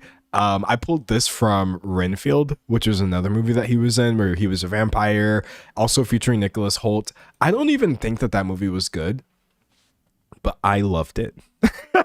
I literally enjoyed the actual hell out of Renfield. So I'm not going to sit here in front. Just as a fan of Nick Cage's work, I was like, yeah, I'm going to go watch Dream Scenario. I think that's going to be really fun to do, right? Someone said he's a legitimately fantastic actor. I believe that he is. I think that I know it's an unpopular opinion because I see people trying to come for Nick Cage's acting. And I'm like, I think he has been in more bad movies than your average good actor, which has led some people to believe that Nick Cage himself is a bad actor. I don't think that's true because let me tell you something right now. Let me tell you this. If there's a bad Nick Cage movie, if there's one thing Nick Cage is still going to do, it's act his behind off. This man literally acts like every single role, his rent, the rest of his life depends on it. And that is why I enjoy his acting. Because I'm just like, he really goes there. He literally goes there. But that's just my opinion. And that's why I tuned into Dream Scenario, another Christopher Borgley film that came out a few years before the drama. Based off of this, I will say there's an argument to be made that the drama might not be what it seems like, because this movie was incredibly weird and not in a wholly bad way. And it sounds like it's about one thing on the surface, but is actually about another thing. So I definitely think it's at least worth hearing the drama out to see if it's as straightforward as it sounds. Unless, of course, you just don't want to engage with the subject matter, which is your prerogative to do, and it's an okay choice to do. There was a lot of surrealist elements in this film, which I thought were really interesting. That being said, someone said, I've never heard of this movie. That's crazy. Yeah. That being said, I don't think that this was a perfect movie by any means. If I was to have to give it a numerical rating, I would not do that. I don't give those to movies, songs, books. But I will tell you this, for everything that I liked about this film, there was something about it that pissed me off. And probably the biggest one for this is, one sec.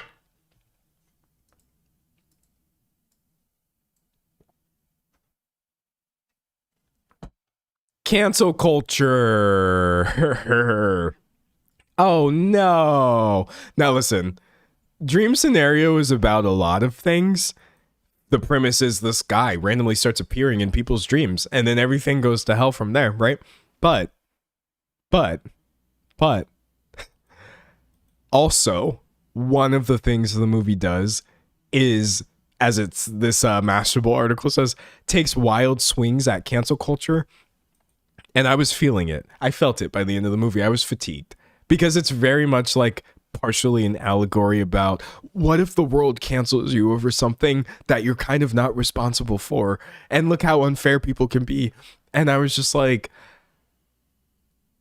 I really wish this movie did not have this as one of its. I just wish that wasn't part of this movie.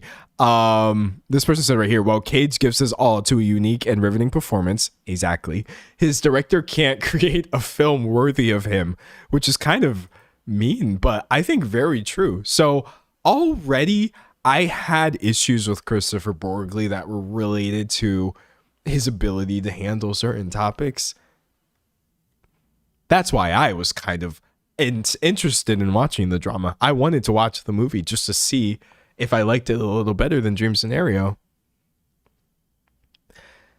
What literally nobody could have expected, just no way. I mean, you might have guessed at this point based off of how I've worded this video, how I've worded the stream, how I've titled this video. Actually, less than a week ago, somebody posts on Reddit, and this is legit, by the way. Throwback to that time Christopher Borgli, Dream Scenario, the drama, openly defended dating and having sexual relations with minors while sharing his quote-unquote beautiful story of dating an underage girl, which okay, my beef was literally just that I partially didn't like his movie somewhat. That's definitely not why and also I found the handling of these school shooting themes to be crass. So yeah, I was coming into this a little wary, but no, I wasn't actually expecting this to happen. Now, you will notice right off the bat, this article I can't read to you because it is not in English, but here. Best believe it's already been translated, pulling this from The Hollywood Reporter. Excuse me. God. So it was in Norwegian, according to The Hollywood Reporter, and they've translated it into English. And I'm sorry, this is so creepy. This creepy is it's a euphemism, it's an understatement, but I'm doing my best, y'all. Wikipedia, this is his essay. This is the essay that he wrote for this paper in Norwegian. Wikipedia lists 266 films that deal with so-called May-December romances. The term May-December is explained here as when the age difference between two people in a relationship is so large that it risks social disapproval. Someone said, what did I just walk into? Yeah. This is your last chance to walk out. The reason I know this, he says, is because I met a girl 10 years younger than me whom I liked very much. A girl who wasn't old enough to vote. And I had to find something that could recalibrate my moral compass. The few friends I confided in about my situation responded that it was not within bounds. That confirmed that it was precisely a May-December romance. So this was written years and years and years ago, back when this dude was 27. I believe he's currently 42. And as somebody who is that age, the sirens in the background, just ignore them. Wait, oh, they're coming for him. I don't know if you can hear those sirens. I wish that's what would happen in this case. But unfortunately, what he did was actually completely legal, as you're going to see. As somebody who is currently 27, you don't have to be a fellow 27-year-old man to know how disturbingly predatory this whole thing is. It just gets worse and worse, by the way. I woke up. Oh, my bad. Where am I? Oh, here we go. I woke up in the cramped little apartment I was temporarily renting after I moved out or was thrown out by my ex half a year earlier. Beside me lay a blonde girl, a high school student enjoying the sporadic holidays in May. I chose to see her that way, to define her by her age, and I chose never to see her again. But you can't choose what the heart wants. A post on Facebook, a text message, small digital exchanges that followed. Now, he's very coy about what age exactly this girl was, but she was either 16 or 17, just based off the timeline, and it kind of sounds like she was 16. In my previous relationship, the age difference had been in the opposite direction. She had lived She had lived 7 more summers than me. Age then proved to be more of a problem than an attraction. Emotional dilemmas like these drive me to seek out films and books with similar and relevant themes, and suddenly, all songs are about me. Are you starting to see why I'm actually beginning to find his body of work to be highly, highly questionable? So now he's talking about the movie Lost in Translation, which he calls a May December romance, even though I don't think that's what that movie's about. Wait, actually, chat, has anybody watched Lost in Translation with Bill Murray and ScarJo? Is that actually about, isn't he wrong about these ages, or am I literally like missing something? Or I feel like I'm missing something here. I've never watched this movie. I need y'all to let me know. Someone said no. Yeah, like, what is bro yapping about? Someone said yes. Wait, hold on. Let me know. Okay, wait. Everybody's saying yes or no. So yeah, it's not about that. The character's in her 20s. Yeah, they're friends though. I thought they were friends. Or maybe I just missed something totally. Someone said Lost in Translation is about finding a friend. Yeah, it's literally not a romance, I thought, unless I missed something. So already, bros, media literacy. We talk about media literacy, about the people consuming film. Looks like we need some for the people making it too. But anyways, so people are talking about Woody Allen. Yeah, we were getting there. In Ghost World, oh, my bad. In Ghost World, the age difference between Steve Buscemi and Thora Birch is significant, but it was revisiting Woody Allen's Manhattan that completely changed my attitude. The relationship there is presented as entirely open and romantic, a film made in '79, in which Woody Allen's 42-year-old character has a public relationship with a 17-year-old girl. It's portrayed exclusively in a positive way and causes no controversy in its own time. Then why shouldn't my relationship with a considerably smaller age difference in 2012 be within bounds? I chose to listen to Woody over my friends.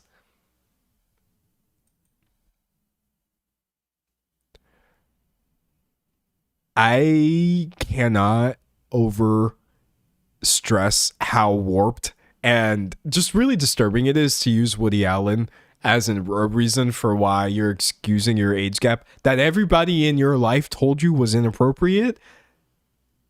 Pulling Allen.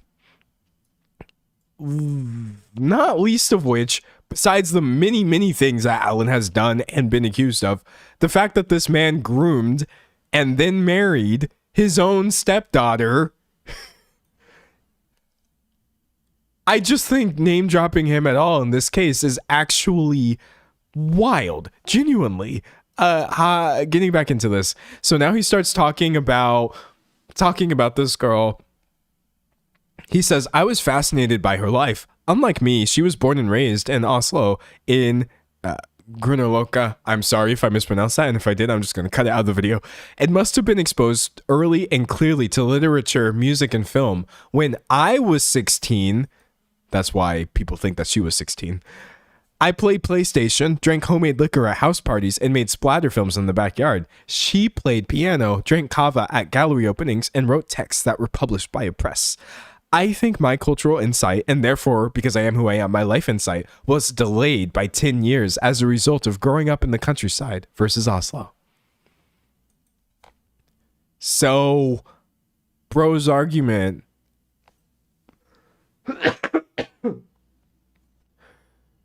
Bro's argument is that not only was she mature for her age, but also he was immature for his age because question mark he came from somewhere else. He grew up somewhere else, and therefore you could basically subtract 10 years off of his real age and it wouldn't be that weird at all. I'm so sorry. This is truly bizarre.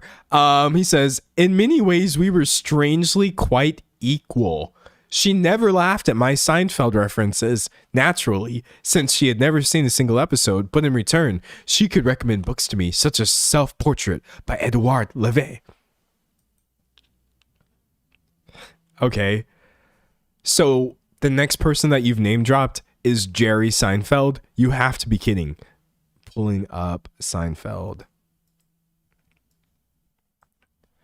Jerry, 39-year-old, with his 17-year-old girlfriend in 93, Seinfeld, because again, I'm not just making things up. This did very much happen. Yes, obviously he's just talking about Seinfeld, the show, but bro, why are we still here? Just to suffer? I ask myself this every day. This is so beyond icky. So he says, I could watch her as she read the ever new books she brought into my apartment. Her curiosity was admirable and contagious. You're talking about a child. That's why her curiosity was admirable and contagious, because she's a child. This is how children are. Sorry, I don't know why I'm piqued, but maybe if you were to get mad about anything, it should be this, right? Lord Almighty, I developed a bigger appetite for everything. Suddenly we were together all the time. Long days in my apartment, eggs and bacon with Woody Allen films for breakfast. She was a fan. Long walks with her parents' dog and late midweek evenings at restaurants and bars where they didn't check ID.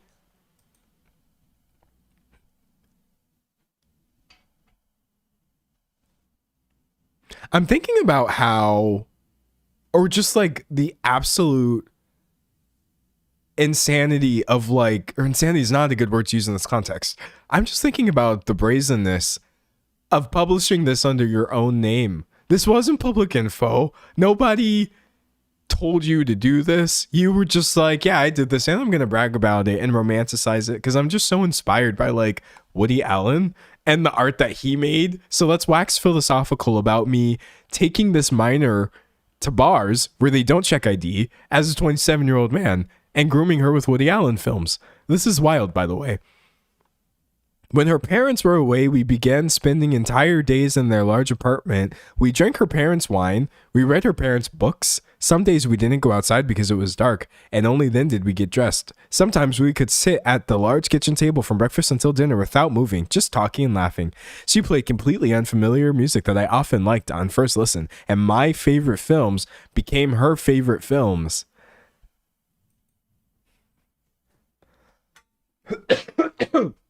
So much coughing, and I'm sorry for all the coughing.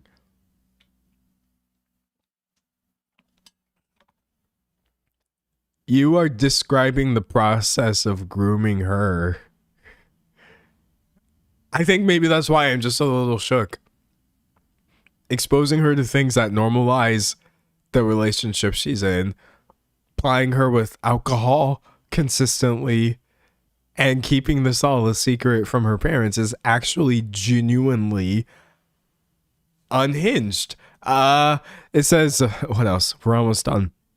We shared a fascination with Fleetwood Mac, and we both had a childish attachment to Peanuts because she was a child. That summer, I didn't travel for the first time as long as I can remember, but the time we spent together that summer in her parents' apartment was nonetheless the best and most exotic summer I've ever had. Exotic? Her parents came home unexpectedly early from vacation, and I had to climb out the window, first floor. The summer ended and our week-long weekends became ordinary weekdays. She was May, I was December. Excuse me. Someone said you're coughing because this dude is so musty. He is literally making me feel worse. I think the coughing and the sore throat was under control before I started reading this essay. So yeah, somebody materialized this from an actual print of this in a real newspaper, a physical media newspaper.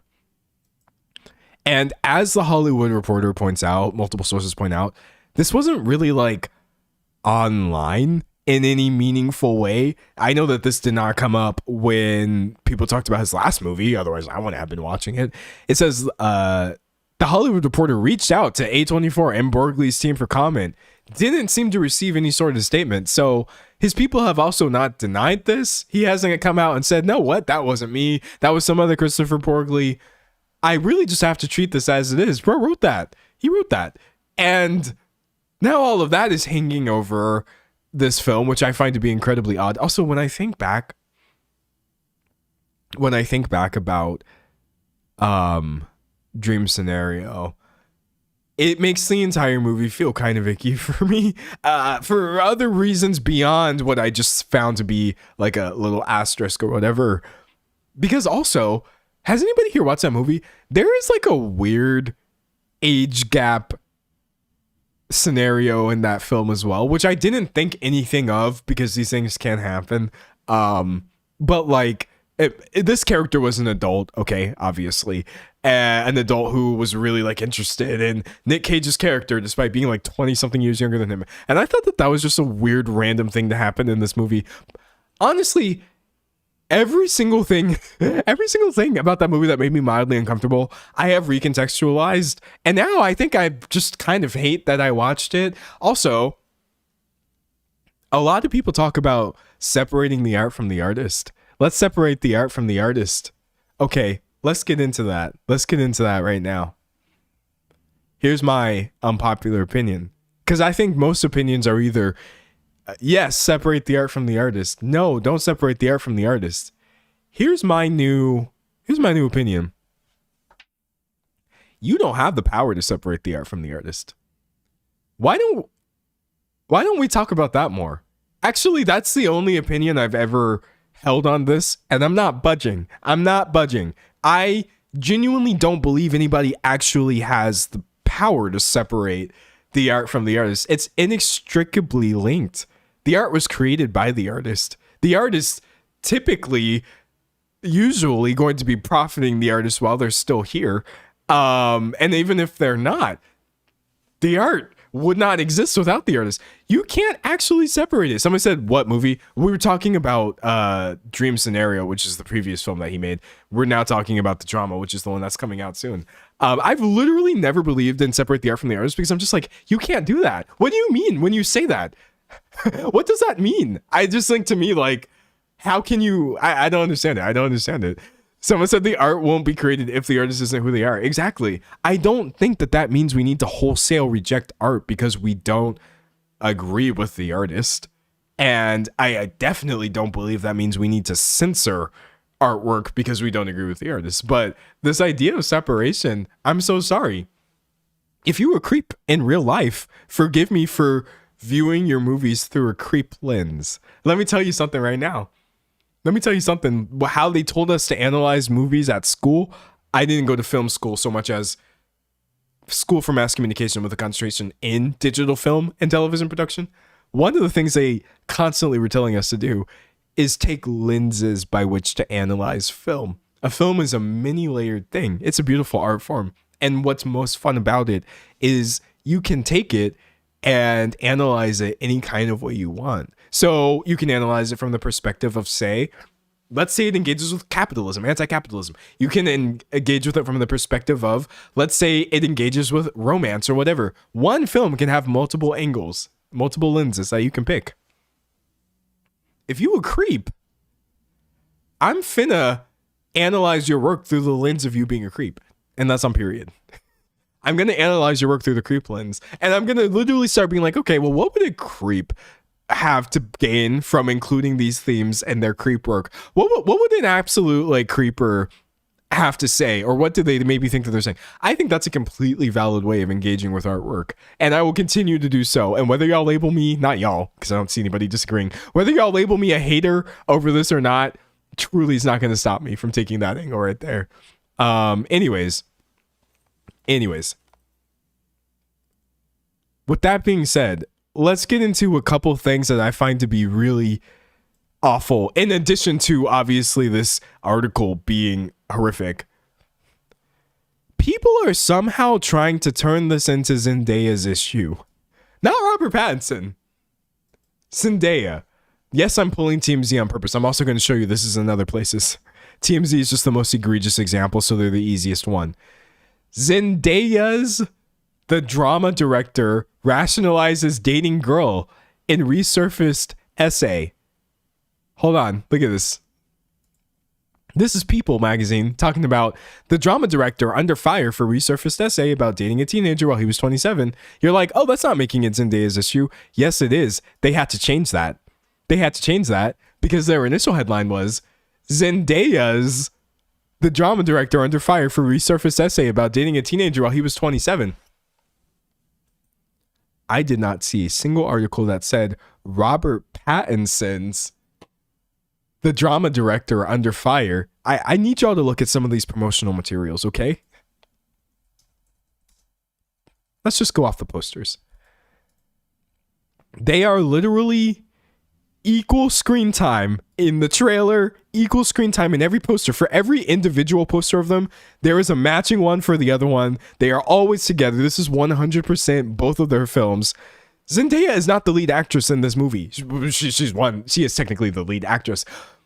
But bro is the lead actor. Okay, it is definitely not lost on me. How the actual heck did this dude, being a nasty groomer who is bragging about doing all of this with a 16-year-old, turn into Zendaya's the drama director under fire? That's wild. And usually, by the way, I have a lot of smoke for actors for working with people who are known to be problematic. I don't excuse that almost ever, really, because for the most part, by the time it gets to my desk, yes, I know I'm in a bubble or whatever, it's definitely going to be on an actor's PR desk, right? Because it's your PR manager's job to make sure you're not in a crisis. However, there was like, someone said, is she more famous? We can talk about that in a second. There was quite literally no way of knowing this unless you understood Norwegian in 2012 and read this article. Let's do some quick math here. Age in 2012. Okay, I accidentally put 2021. Seeing as Zendaya was like, you know, the same age as the girl that this dude was talking about at that time, I myself had to be really careful with how I worded this stream. Honestly, I know that I would get more clicks if I said Zendaya's new movie is under fire, because it's a great headline, which really sucks. Zendaya herself is quite well liked by the general public and actually dodges controversy pretty effortlessly. And so right now, there being any sort of negativity attached to something that she's in, people are capitalizing off of this to spin this into, oh, let's all come for Zendaya specifically. But I'm just like, I saw someone ask, is she not the more popular one? Between the two of them, there could be an argument for sure that it is purely motivated by clicks, which I agree, but that doesn't mean that it's not also playing into some really tired narratives of who always winds up paying for the mistakes of some random awful dude. So that's something I'm trying not to do here, honestly. And when I put this video up, probably tomorrow, I ain't putting her in the title.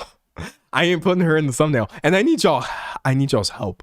If you're like bored tomorrow and you have time, click into that video. Give it a little watch, because I absolutely refuse to play the game this time. I think as a commentary creator, I've been struggling so much with this lately of how to talk about commentary without playing into this hating women and making everything a woman's problem, even if she did not literally do anything issue, and I'm like, this is a great example of a time where let's just not do it. Let's not play the game. It's not fair. It's not right in this case. I'm not going to do it. That being said, I don't actually hold anybody accountable for this currently, because this information literally came out less than a week ago, and the movie comes out in like 3 days, or no, it might come out tomorrow when this video comes out. So I think this really sucks, man. This sucks is how I feel about this for Zendaya, for Robert Pattinson, for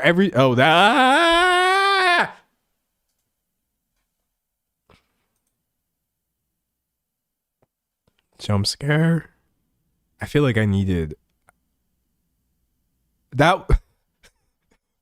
I was trying to find a picture of Robert Pattinson because I thought I still had one up. And instead I find a picture of Woody Allen. That's a nightmare. That's literally a nightmare.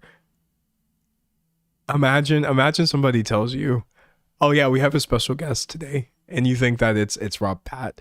And you show up, smile on your face, and it's Woody Allen. It's literally not funny. I'm just saying I would sob. I would cry. And I got a glimmer of that feeling just now. God, that was really scary. Anyways, that being said, I feel sorry for Robert Pattinson and all the crew. Also, the people who worked on this movie. Like, it's not fair. Now, from here on out, though, yes, if anybody was to work with Christopher Borgley on his next project, I'm going to have something to say about it, be it Zendaya, Robert Pattinson, or anybody. But I will say, we got to accept this multiple things being true thing. Yes, Zendaya and many other people are currently, unfortunately, in a movie made by this creepy dude. But no, that's not an indication that they're okay with his behavior. I also saw a lot of people saying, not a lot of people, but I saw enough people to bring it up saying, oh, well, I mean, she should say something. She should say something. Why? Why should Zendaya say something about this? Why should Robert Pattinson say something about this? Christopher Borgley should say something. You know what this reminds me about? Or you know what this reminds me of a lot? This pisses me off really bad. Drake, Millie, Bobby, Brown, comments, advice, boys. Okay, great. This happened a long time ago. Oh, we're back on Masturbable for some reason. When Millie Bobby Brown was a 14-year-old girl. Also, y'all were terrible to that girl. Maybe not y'all specifically, but the way the media talked about her was just nasty. And I feel like the way people talk about her now is still pretty bad. But anyways, she came forward and said that Drake, at a big age of 31, was texting her advice about boys. We just texted each other the other day, and he was like, I miss you so much. And I was like, I miss you more. Now, here's the thing, though. This could be any number of things. Honestly, maybe this happened exactly as it said. Maybe not. I don't know what actually happened, or if this was just somebody really excited to say like, oh, I was texting Drake. But regardless, I think there's one person whose maybe job it is to speak up about this, and it ain't Millie Bobby Brown. because also, does anybody remember the Billie Eilish thing? This is my final thing with Drake. I want to say, I swear to God, the same thing happened. Text. I may not be able to find this. Oh, here we go. Billie Eilish defends Drake texting her. Everybody's so sensitive, she said. So Billie at this point was 18 years old and was also talking about Drake texting her. I don't think she went into details or whatever. And when people online were just like, oh, I don't know, that's just, in the context of everything that's happened, this is still weird. Billie had to be the one to come out and make a statement about this. Again, I think there was one person who maybe should have cleared this up, and it wasn't Billie Eilish. That's not her responsibility. That's a Billie Eilish joke. She has a song called that. But listen, like, no, I'm not going to turn this into some sort of big accountability spiel of everybody needs to clear this up. I need Berkeley to clear this up, and I would just prefer the people who worked with him this time to not do it next time. This is one of the only times I would call something like this a misunderstanding. Okay? That being said, though, I will say this. A lot of people do have this idea. We're getting distracted on purpose, chat. A lot of people do have this idea that adults can't be friends with teenagers, and I find that to be a little strange. Now, here's the thing. I don't text children in general. I try not to, and especially people that I don't actually really know, and definitely nothing that their parents wouldn't know about, right? But like, I'm gonna be honest with you. Not talking about Drake because he's been creepy. And then we're not defending him. He's trash for this, honestly. In general, though, like, you can totally be friends with somebody while they're still a kid. I've had to do it mostly because my siblings are a lot younger than me. But we have like a 6 to 9 year age gap between me and any one of my siblings. And so so much of my conversation has been with like people, my siblings who are younger than me or whatever. And yeah, of course we're friends or whatever. That being said, though, I'm so sorry. You as a grown man are sliding into the DMs of random famous children.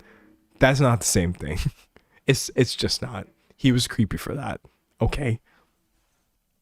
Reading chat. Someone say if they're your siblings, cousins. Yeah, no, there's so many reasons why like I wouldn't even be scared by what's being said here. But Drake specifically, God, he is so weird, man. Also, since we're here, y'all know that I'm his #1 hater. So let's just continue. In general, this man is so corny, so fake, so like genuinely just.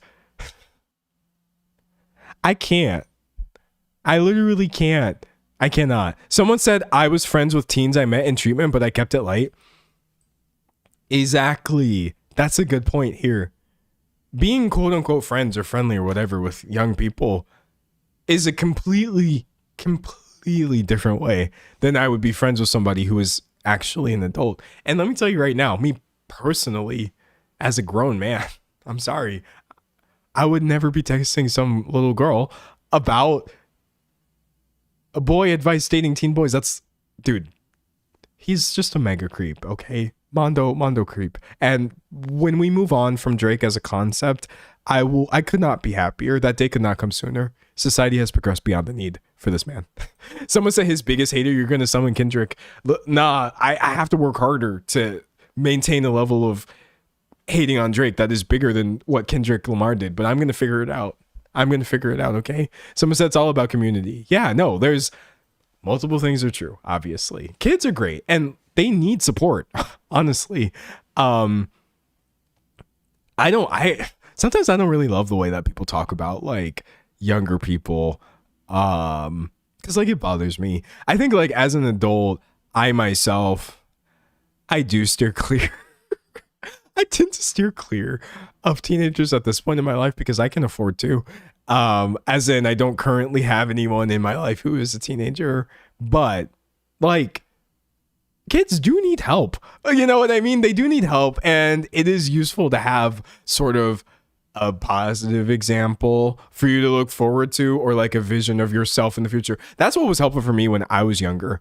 Because I talk to people who are older than me, not in a Drake way, but like, it was so useful to think to myself, like, I'm suffering and drowning in adolescence, but you know, broski over here kind of has life somewhat figured out a little bit and can help me if I need it or whatever. So I don't like this, like, we hate children vibe that some people seem to have.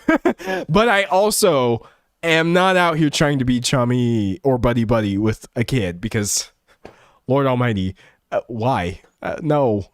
If it happens, it happens, and it is what it is. Someone said we have to help and protect them, a role model. Exactly. It's completely all about context in this case, and there's no context in which a grown man should be texting a 14-year-old girl about boy advice. Not even one. Someone said I don't have any younger or older people in my life, but I wish I did. I think blending the generations is important, but platonically. Exactly. Platonic, actual, like, productive relationships that have nothing to do with gross. Anyway, someone said positive reinforcement is so big. It is. It helps me a lot when I was younger. So much. It was really great. Someone said I have to beg my 10-year-old niece to text me. Okay, no, here's the thing. I'm kind of telling on one of my siblings here, but he doesn't watch my streams. He does not care what I do online. So this is not even going to get back to him. And he won't be offended by this. Bro is not a big texter. And because I, being the gregarious Gen Z borderline millennial that I am, I love texting. Yeah, let's have these long conversations. Let's do it. But he has like this, is he? I guess he would be Gen Z. He has this like Gen Z energy to his texts where sometimes I'm like, I feel so uncool texting my youngest brother. Because he's so like detached and chill about everything. He's just so cool. Honestly, he won't text me for jack squat, and I don't want him to. I don't want him to do anything he don't want to do. But yeah, no, like it's so funny thinking about how different age ranges text each other or text different people in different age ranges. It's genuinely hilarious. I will say, I also run into this sometimes texting older people where because of their mannerisms, sometimes their text will read to me as if like they're mad or offended, but they're literally not. They're literally not. I think sometimes like older people will hit me with a K and I'll be like, K, that's so sad. But then I'm like, wait, they're not being mean or whatever. Or like a lot of times I think texting older people, I'll just get like a thumbs up. I'll be out here spilling my heart and just really like putting the work in and being like, yeah, I'm being so intentional with this message. This is such a good message. And then they'll read it and they'll just be like, thumbs up emoji or like, okay. And I'm just like, but that's literally just communication style. So yeah, I get shook by the communication styles of different, and obviously people in different generations can be different. You got older people that be hella texting and younger people, but it's funny. It's hilarious. Someone said I feel the same way sometimes. Someone said, meanwhile, my boomer mom won't stop texting me. Yeah, it very much depends on the person themselves. It's not completely an age thing. Not completely. Someone said this is why I don't like texting because I don't know your tone. Same. Someone said my dad just reacts to my texts. Yes, I also text people who never reply. They just always like they don't even send the emoji. They just long tap on the message and then react with like a thumbs up or a smile or like a 100. It's so funny, man. But listen, I hate texting people. I despise texting people, especially because it's not even their tone that I'm worried about. It's my tone. I think that if you were to read a transcript of most of the things that I say, it just sounds very blunt and kind of like a little bit detached or whatever. That's never how I'm coming into things. I'm never trying to sound aloof or anything like that. And I hate texting people so much because I'm just like, I'll send something and I'll just be like, is that rude? Is that nasty? And then I start overthinking. And then my ADHD, RSD don't help me. I'm not going to make everything. It's not all about neurodivergence. Everybody has their qualms with messages, but specifically rejection sensitive dysphoria makes texting a literal nightmare. Because as soon as I send something, I'm just like, wait, I probably just blew up this whole relationship. I'd be sending off a text and then I read it back and I'm just like, oh, they're going to hate that. They're going to think I'm being mean. And what if I was being mean? And then what I wind up doing, I'm a terrible double texter. So I'll send you one thing and then I'll send another message kind of like explaining what I said. And if you let me keep going, you might get 3 texts in a row just for me to make sure that my tone is coming across. You know how all of this could be avoided? Just call me. You can call me for 20 seconds. 20 seconds out your day. 20 seconds. And I'll be like, oh yeah, this is what that's it. But it's okay. You have to learn to function in society. And so I text people all the time about everything. But Lord, do I wish they could just hear me. And I'm not a voice memo sender. though voice memos can be a saving grace, but I never know whether people are in an environment to actually hear what I'm saying. So alas, we do what we can do. Someone said not texting has caused me to lose friendships. Oof, no. Someone said not to call. Okay, well, here's the thing though. I don't like cold calling. Like calling doctor's offices or anyone who I don't know actually causes me quite a fair bit of anxiety. But like talking to people who I already talk to a lot in real life, I personally don't mind. I don't mind. Someone said the call is a risk. The conversation can turn long. True though. That's the most dangerous thing. Because I will tell you, I will tell somebody over a call, like, oh yeah, we'll just talk about this real quick. But then if we get in the flow, it's over. It's over. Anyways, someone said, don't call me. I don't do well processing things in real time. See, this is why I coordinate with every single person in my life. If I can get away with calling, I will do it. So like my mom, for example, a lot of her messages, I don't even answer them. She'll text me something and I'll just call her. Because I happen to know she's probably texting me because she's free and wants to have a longer conversation about whatever it was she said. So I'll hit her up with, oh, hey, I read your text. Let's talk about this. I get away with it. I have other people in my life, siblings, for example. I'm not going to call them just because they text me. I know that will make them uncomfortable, obviously. So I compromise. I do what I got to do. But, God, I just don't love texting. I don't love texting nobody. Anyway, Drake scare. Get him out of here, please, for the love of God. So much info on screen right now. Moving on beyond this. Oh, okay, wait. There was one last thing I wanted to bring up. Here.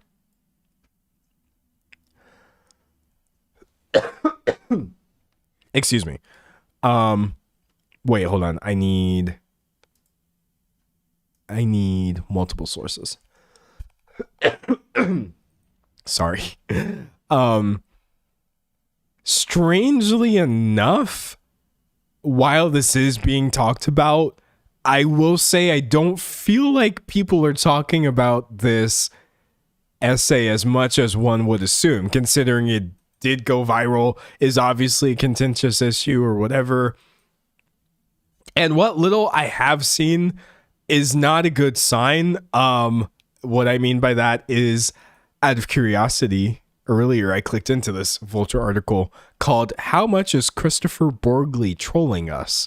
Because I assumed that, like most of the publications right now, they're talking about the drama. Oh, if I could spell, that would be better. Most of them are just not mentioning it, which I understand. But I was like, okay, trolling is a really odd word to use at Vulture. They surely cannot be talking about the essay in which he said that he groomed someone who was either 17 but seemed to be a 16-year-old while he was 27, got away with it, taking her to bars while she was underage, and hiding it from her parents by jumping out the window when they appeared. Right? That's not what this article is about. The drama, the forthcoming movie, a24 film by Norwegian director Christopher Borgley. Okay, so talks about what it's about, etc. It's a fitting premise within the larger scope of Borgley's filmography, which often digs into social acceptability, what people are quote-unquote allowed to do, and who determines that. His first two films, Drib, D-R-I-B, and Sick of Myself, contended with the ever harmful nature of the attention economy and what people do when they can't get enough of a public eye that might hate them. His American breakthrough, Dream Scenario, a movie about a man who appears in everyone's dreams through no fault of his own, was a condemnation of cancel culture in America. The drama is a more localized version of the same thing. If you do something bad, or almost do something bad, or do something bad out of your own control, how mad should people be at you, really? So I was like, okay, so far so neutral. Please don't bring up the essay with the grooming as a point about how this is just some larger part of his artistic vision. Don't do it. It's a question that's now being reflected back on Borgli himself after an essay of his from 2012, originally published in D2, a Norwegian newspaper, made the rounds. In the essay, okay, we do not need to rehash this. We know what it says. In both Dream Scenario and the drama, Borgli sides with the maligned, framing those who cast judgment as shrewish and needling, which is very true. While Borgli's article predates the current mood on Alan and the Me Too movement in general, as a student of cinema, he surely knows that not everyone will agree with the idea of listening to Woody Allen over one's friends.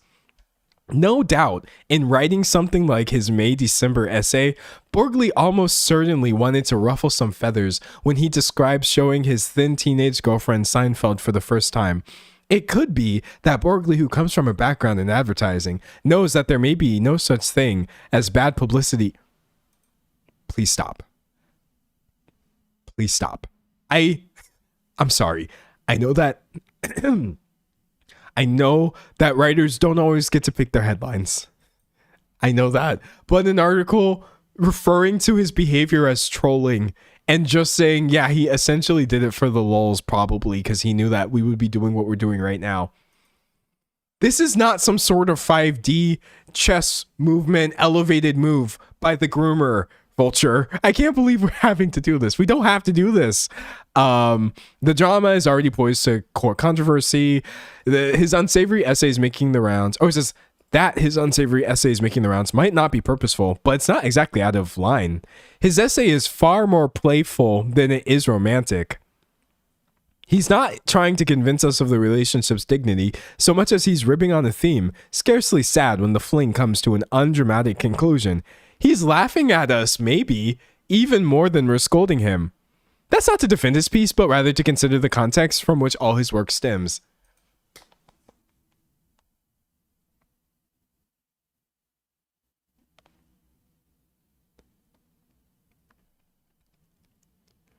Brother.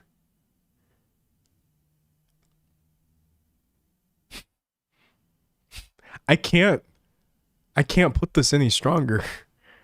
I can't put this any stronger. I'm not even going to say the phrase that popped into my mind because it was just mean. It was just mean. Actually, you know what? I'm going to say it.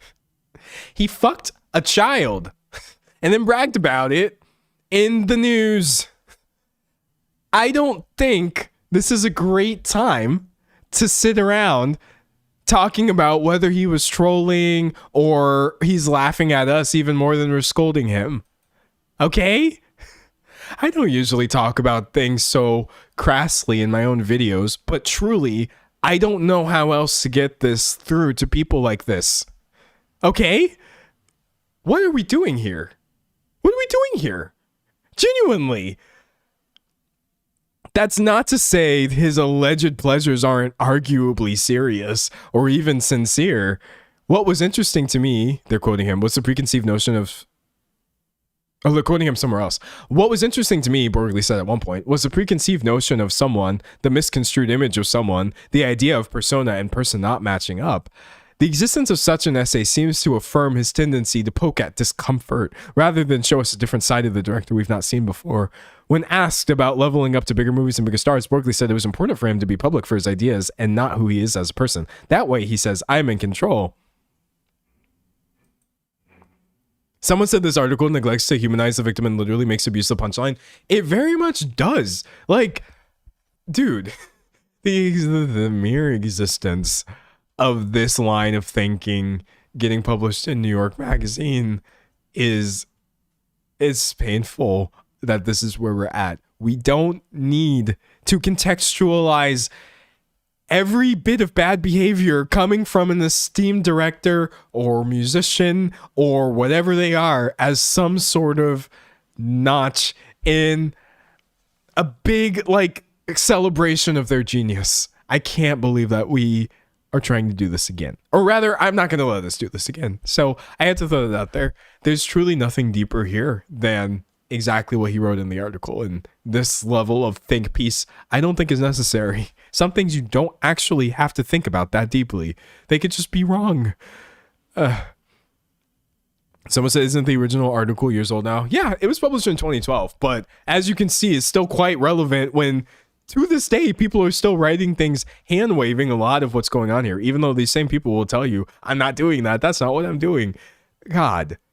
Anyways, sorry, chat. I did have to show that to you. You know, one thing I try not to do in my content a lot is engage with this because I feel like a lot of times it's not useful, but I do throw out there a lot of the times like, oh yeah, people are also saying this.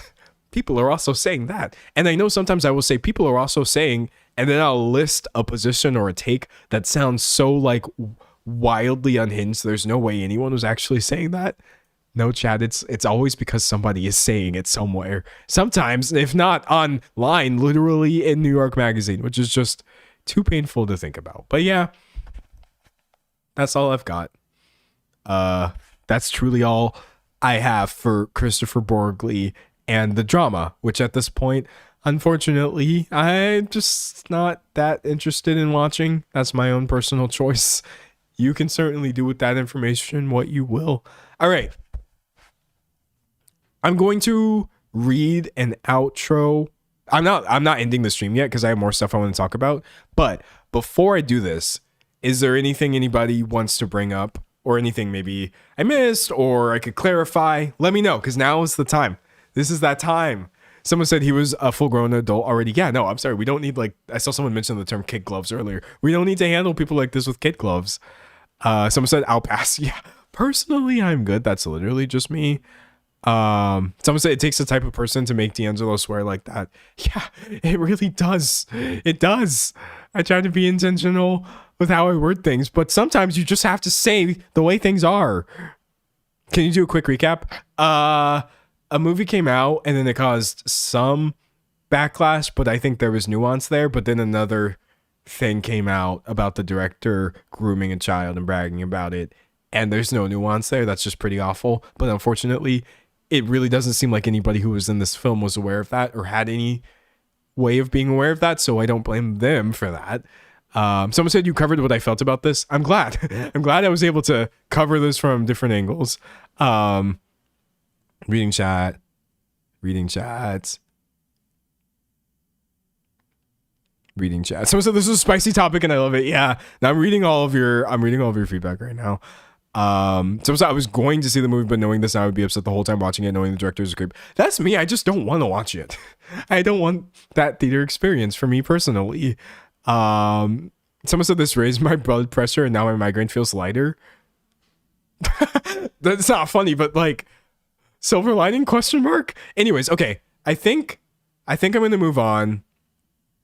I think I'm going to move on from this and I'm going to record this outro.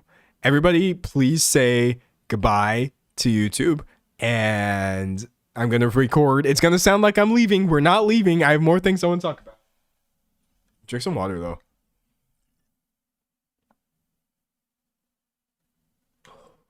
Excuse me. All right, we're good. We're here. I still have air in my lungs despite coughing them up this stream. It's been a ride, man. It's been a ride. All right. That being said, I'm out. I'm out of discourse. I got nothing else. Nothing else to say about this movie. Hopefully, if you so choose, you never have to think about Christopher Borgli ever again. I know I certainly will try not to. And yeah, I actually recorded this video live right here on YouTube where I stream quite frequently, Tuesdays, Thursdays, and Saturdays at 12 p.m. Eastern time. Unless, of course, I don't, in which case I'm probably just, I don't know, sleeping. Doesn't matter. But yeah, hopefully I see you in the next stream or the next video. And if not, that doesn't really matter either. Okay, bye. All right, nailed it. Dunzo, stop recording. Okay, period. All right, give me a second, chat. I need to... Sorry. I need to stop. I literally need to stop apologizing for coughing. It's not a moral failure to cough. God. Anyways. All right, everyone can stop saying bye to YouTube. We got it now. We good. We Gucci. Man. What a topic. All right, let me check my agenda to see what else it was I had to mention. Notes. Nah, you know what? Screw it. We'll get there when we get there. Let's just chill for a second. Someone said check out the Backrooms trailer. That looks lit. Okay, listen. If I could spin this back into a positive direction, as difficult as that may be, A24, because they just distribute the movies, right?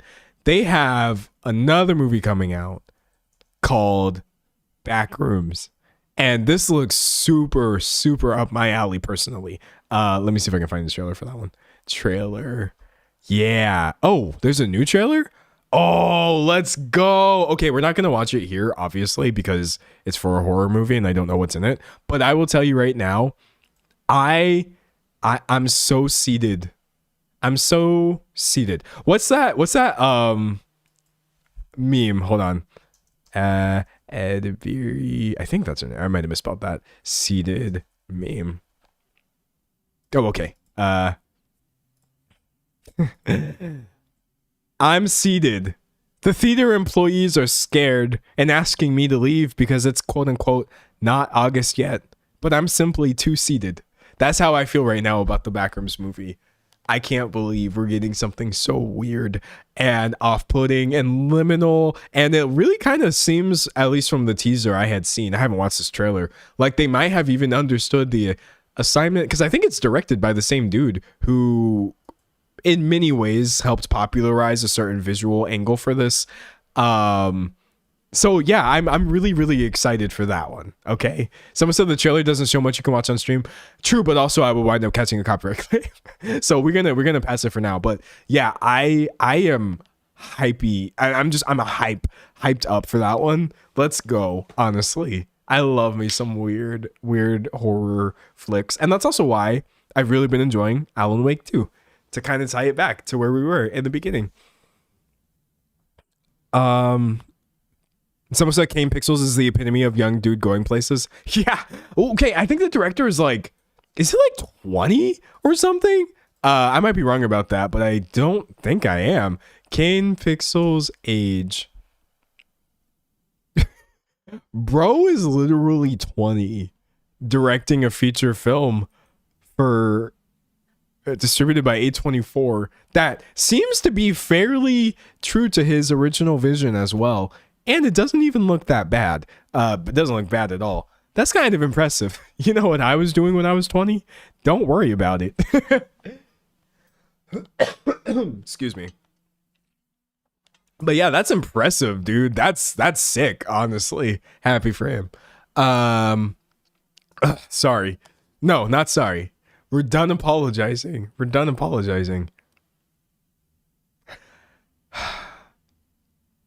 You know, chat,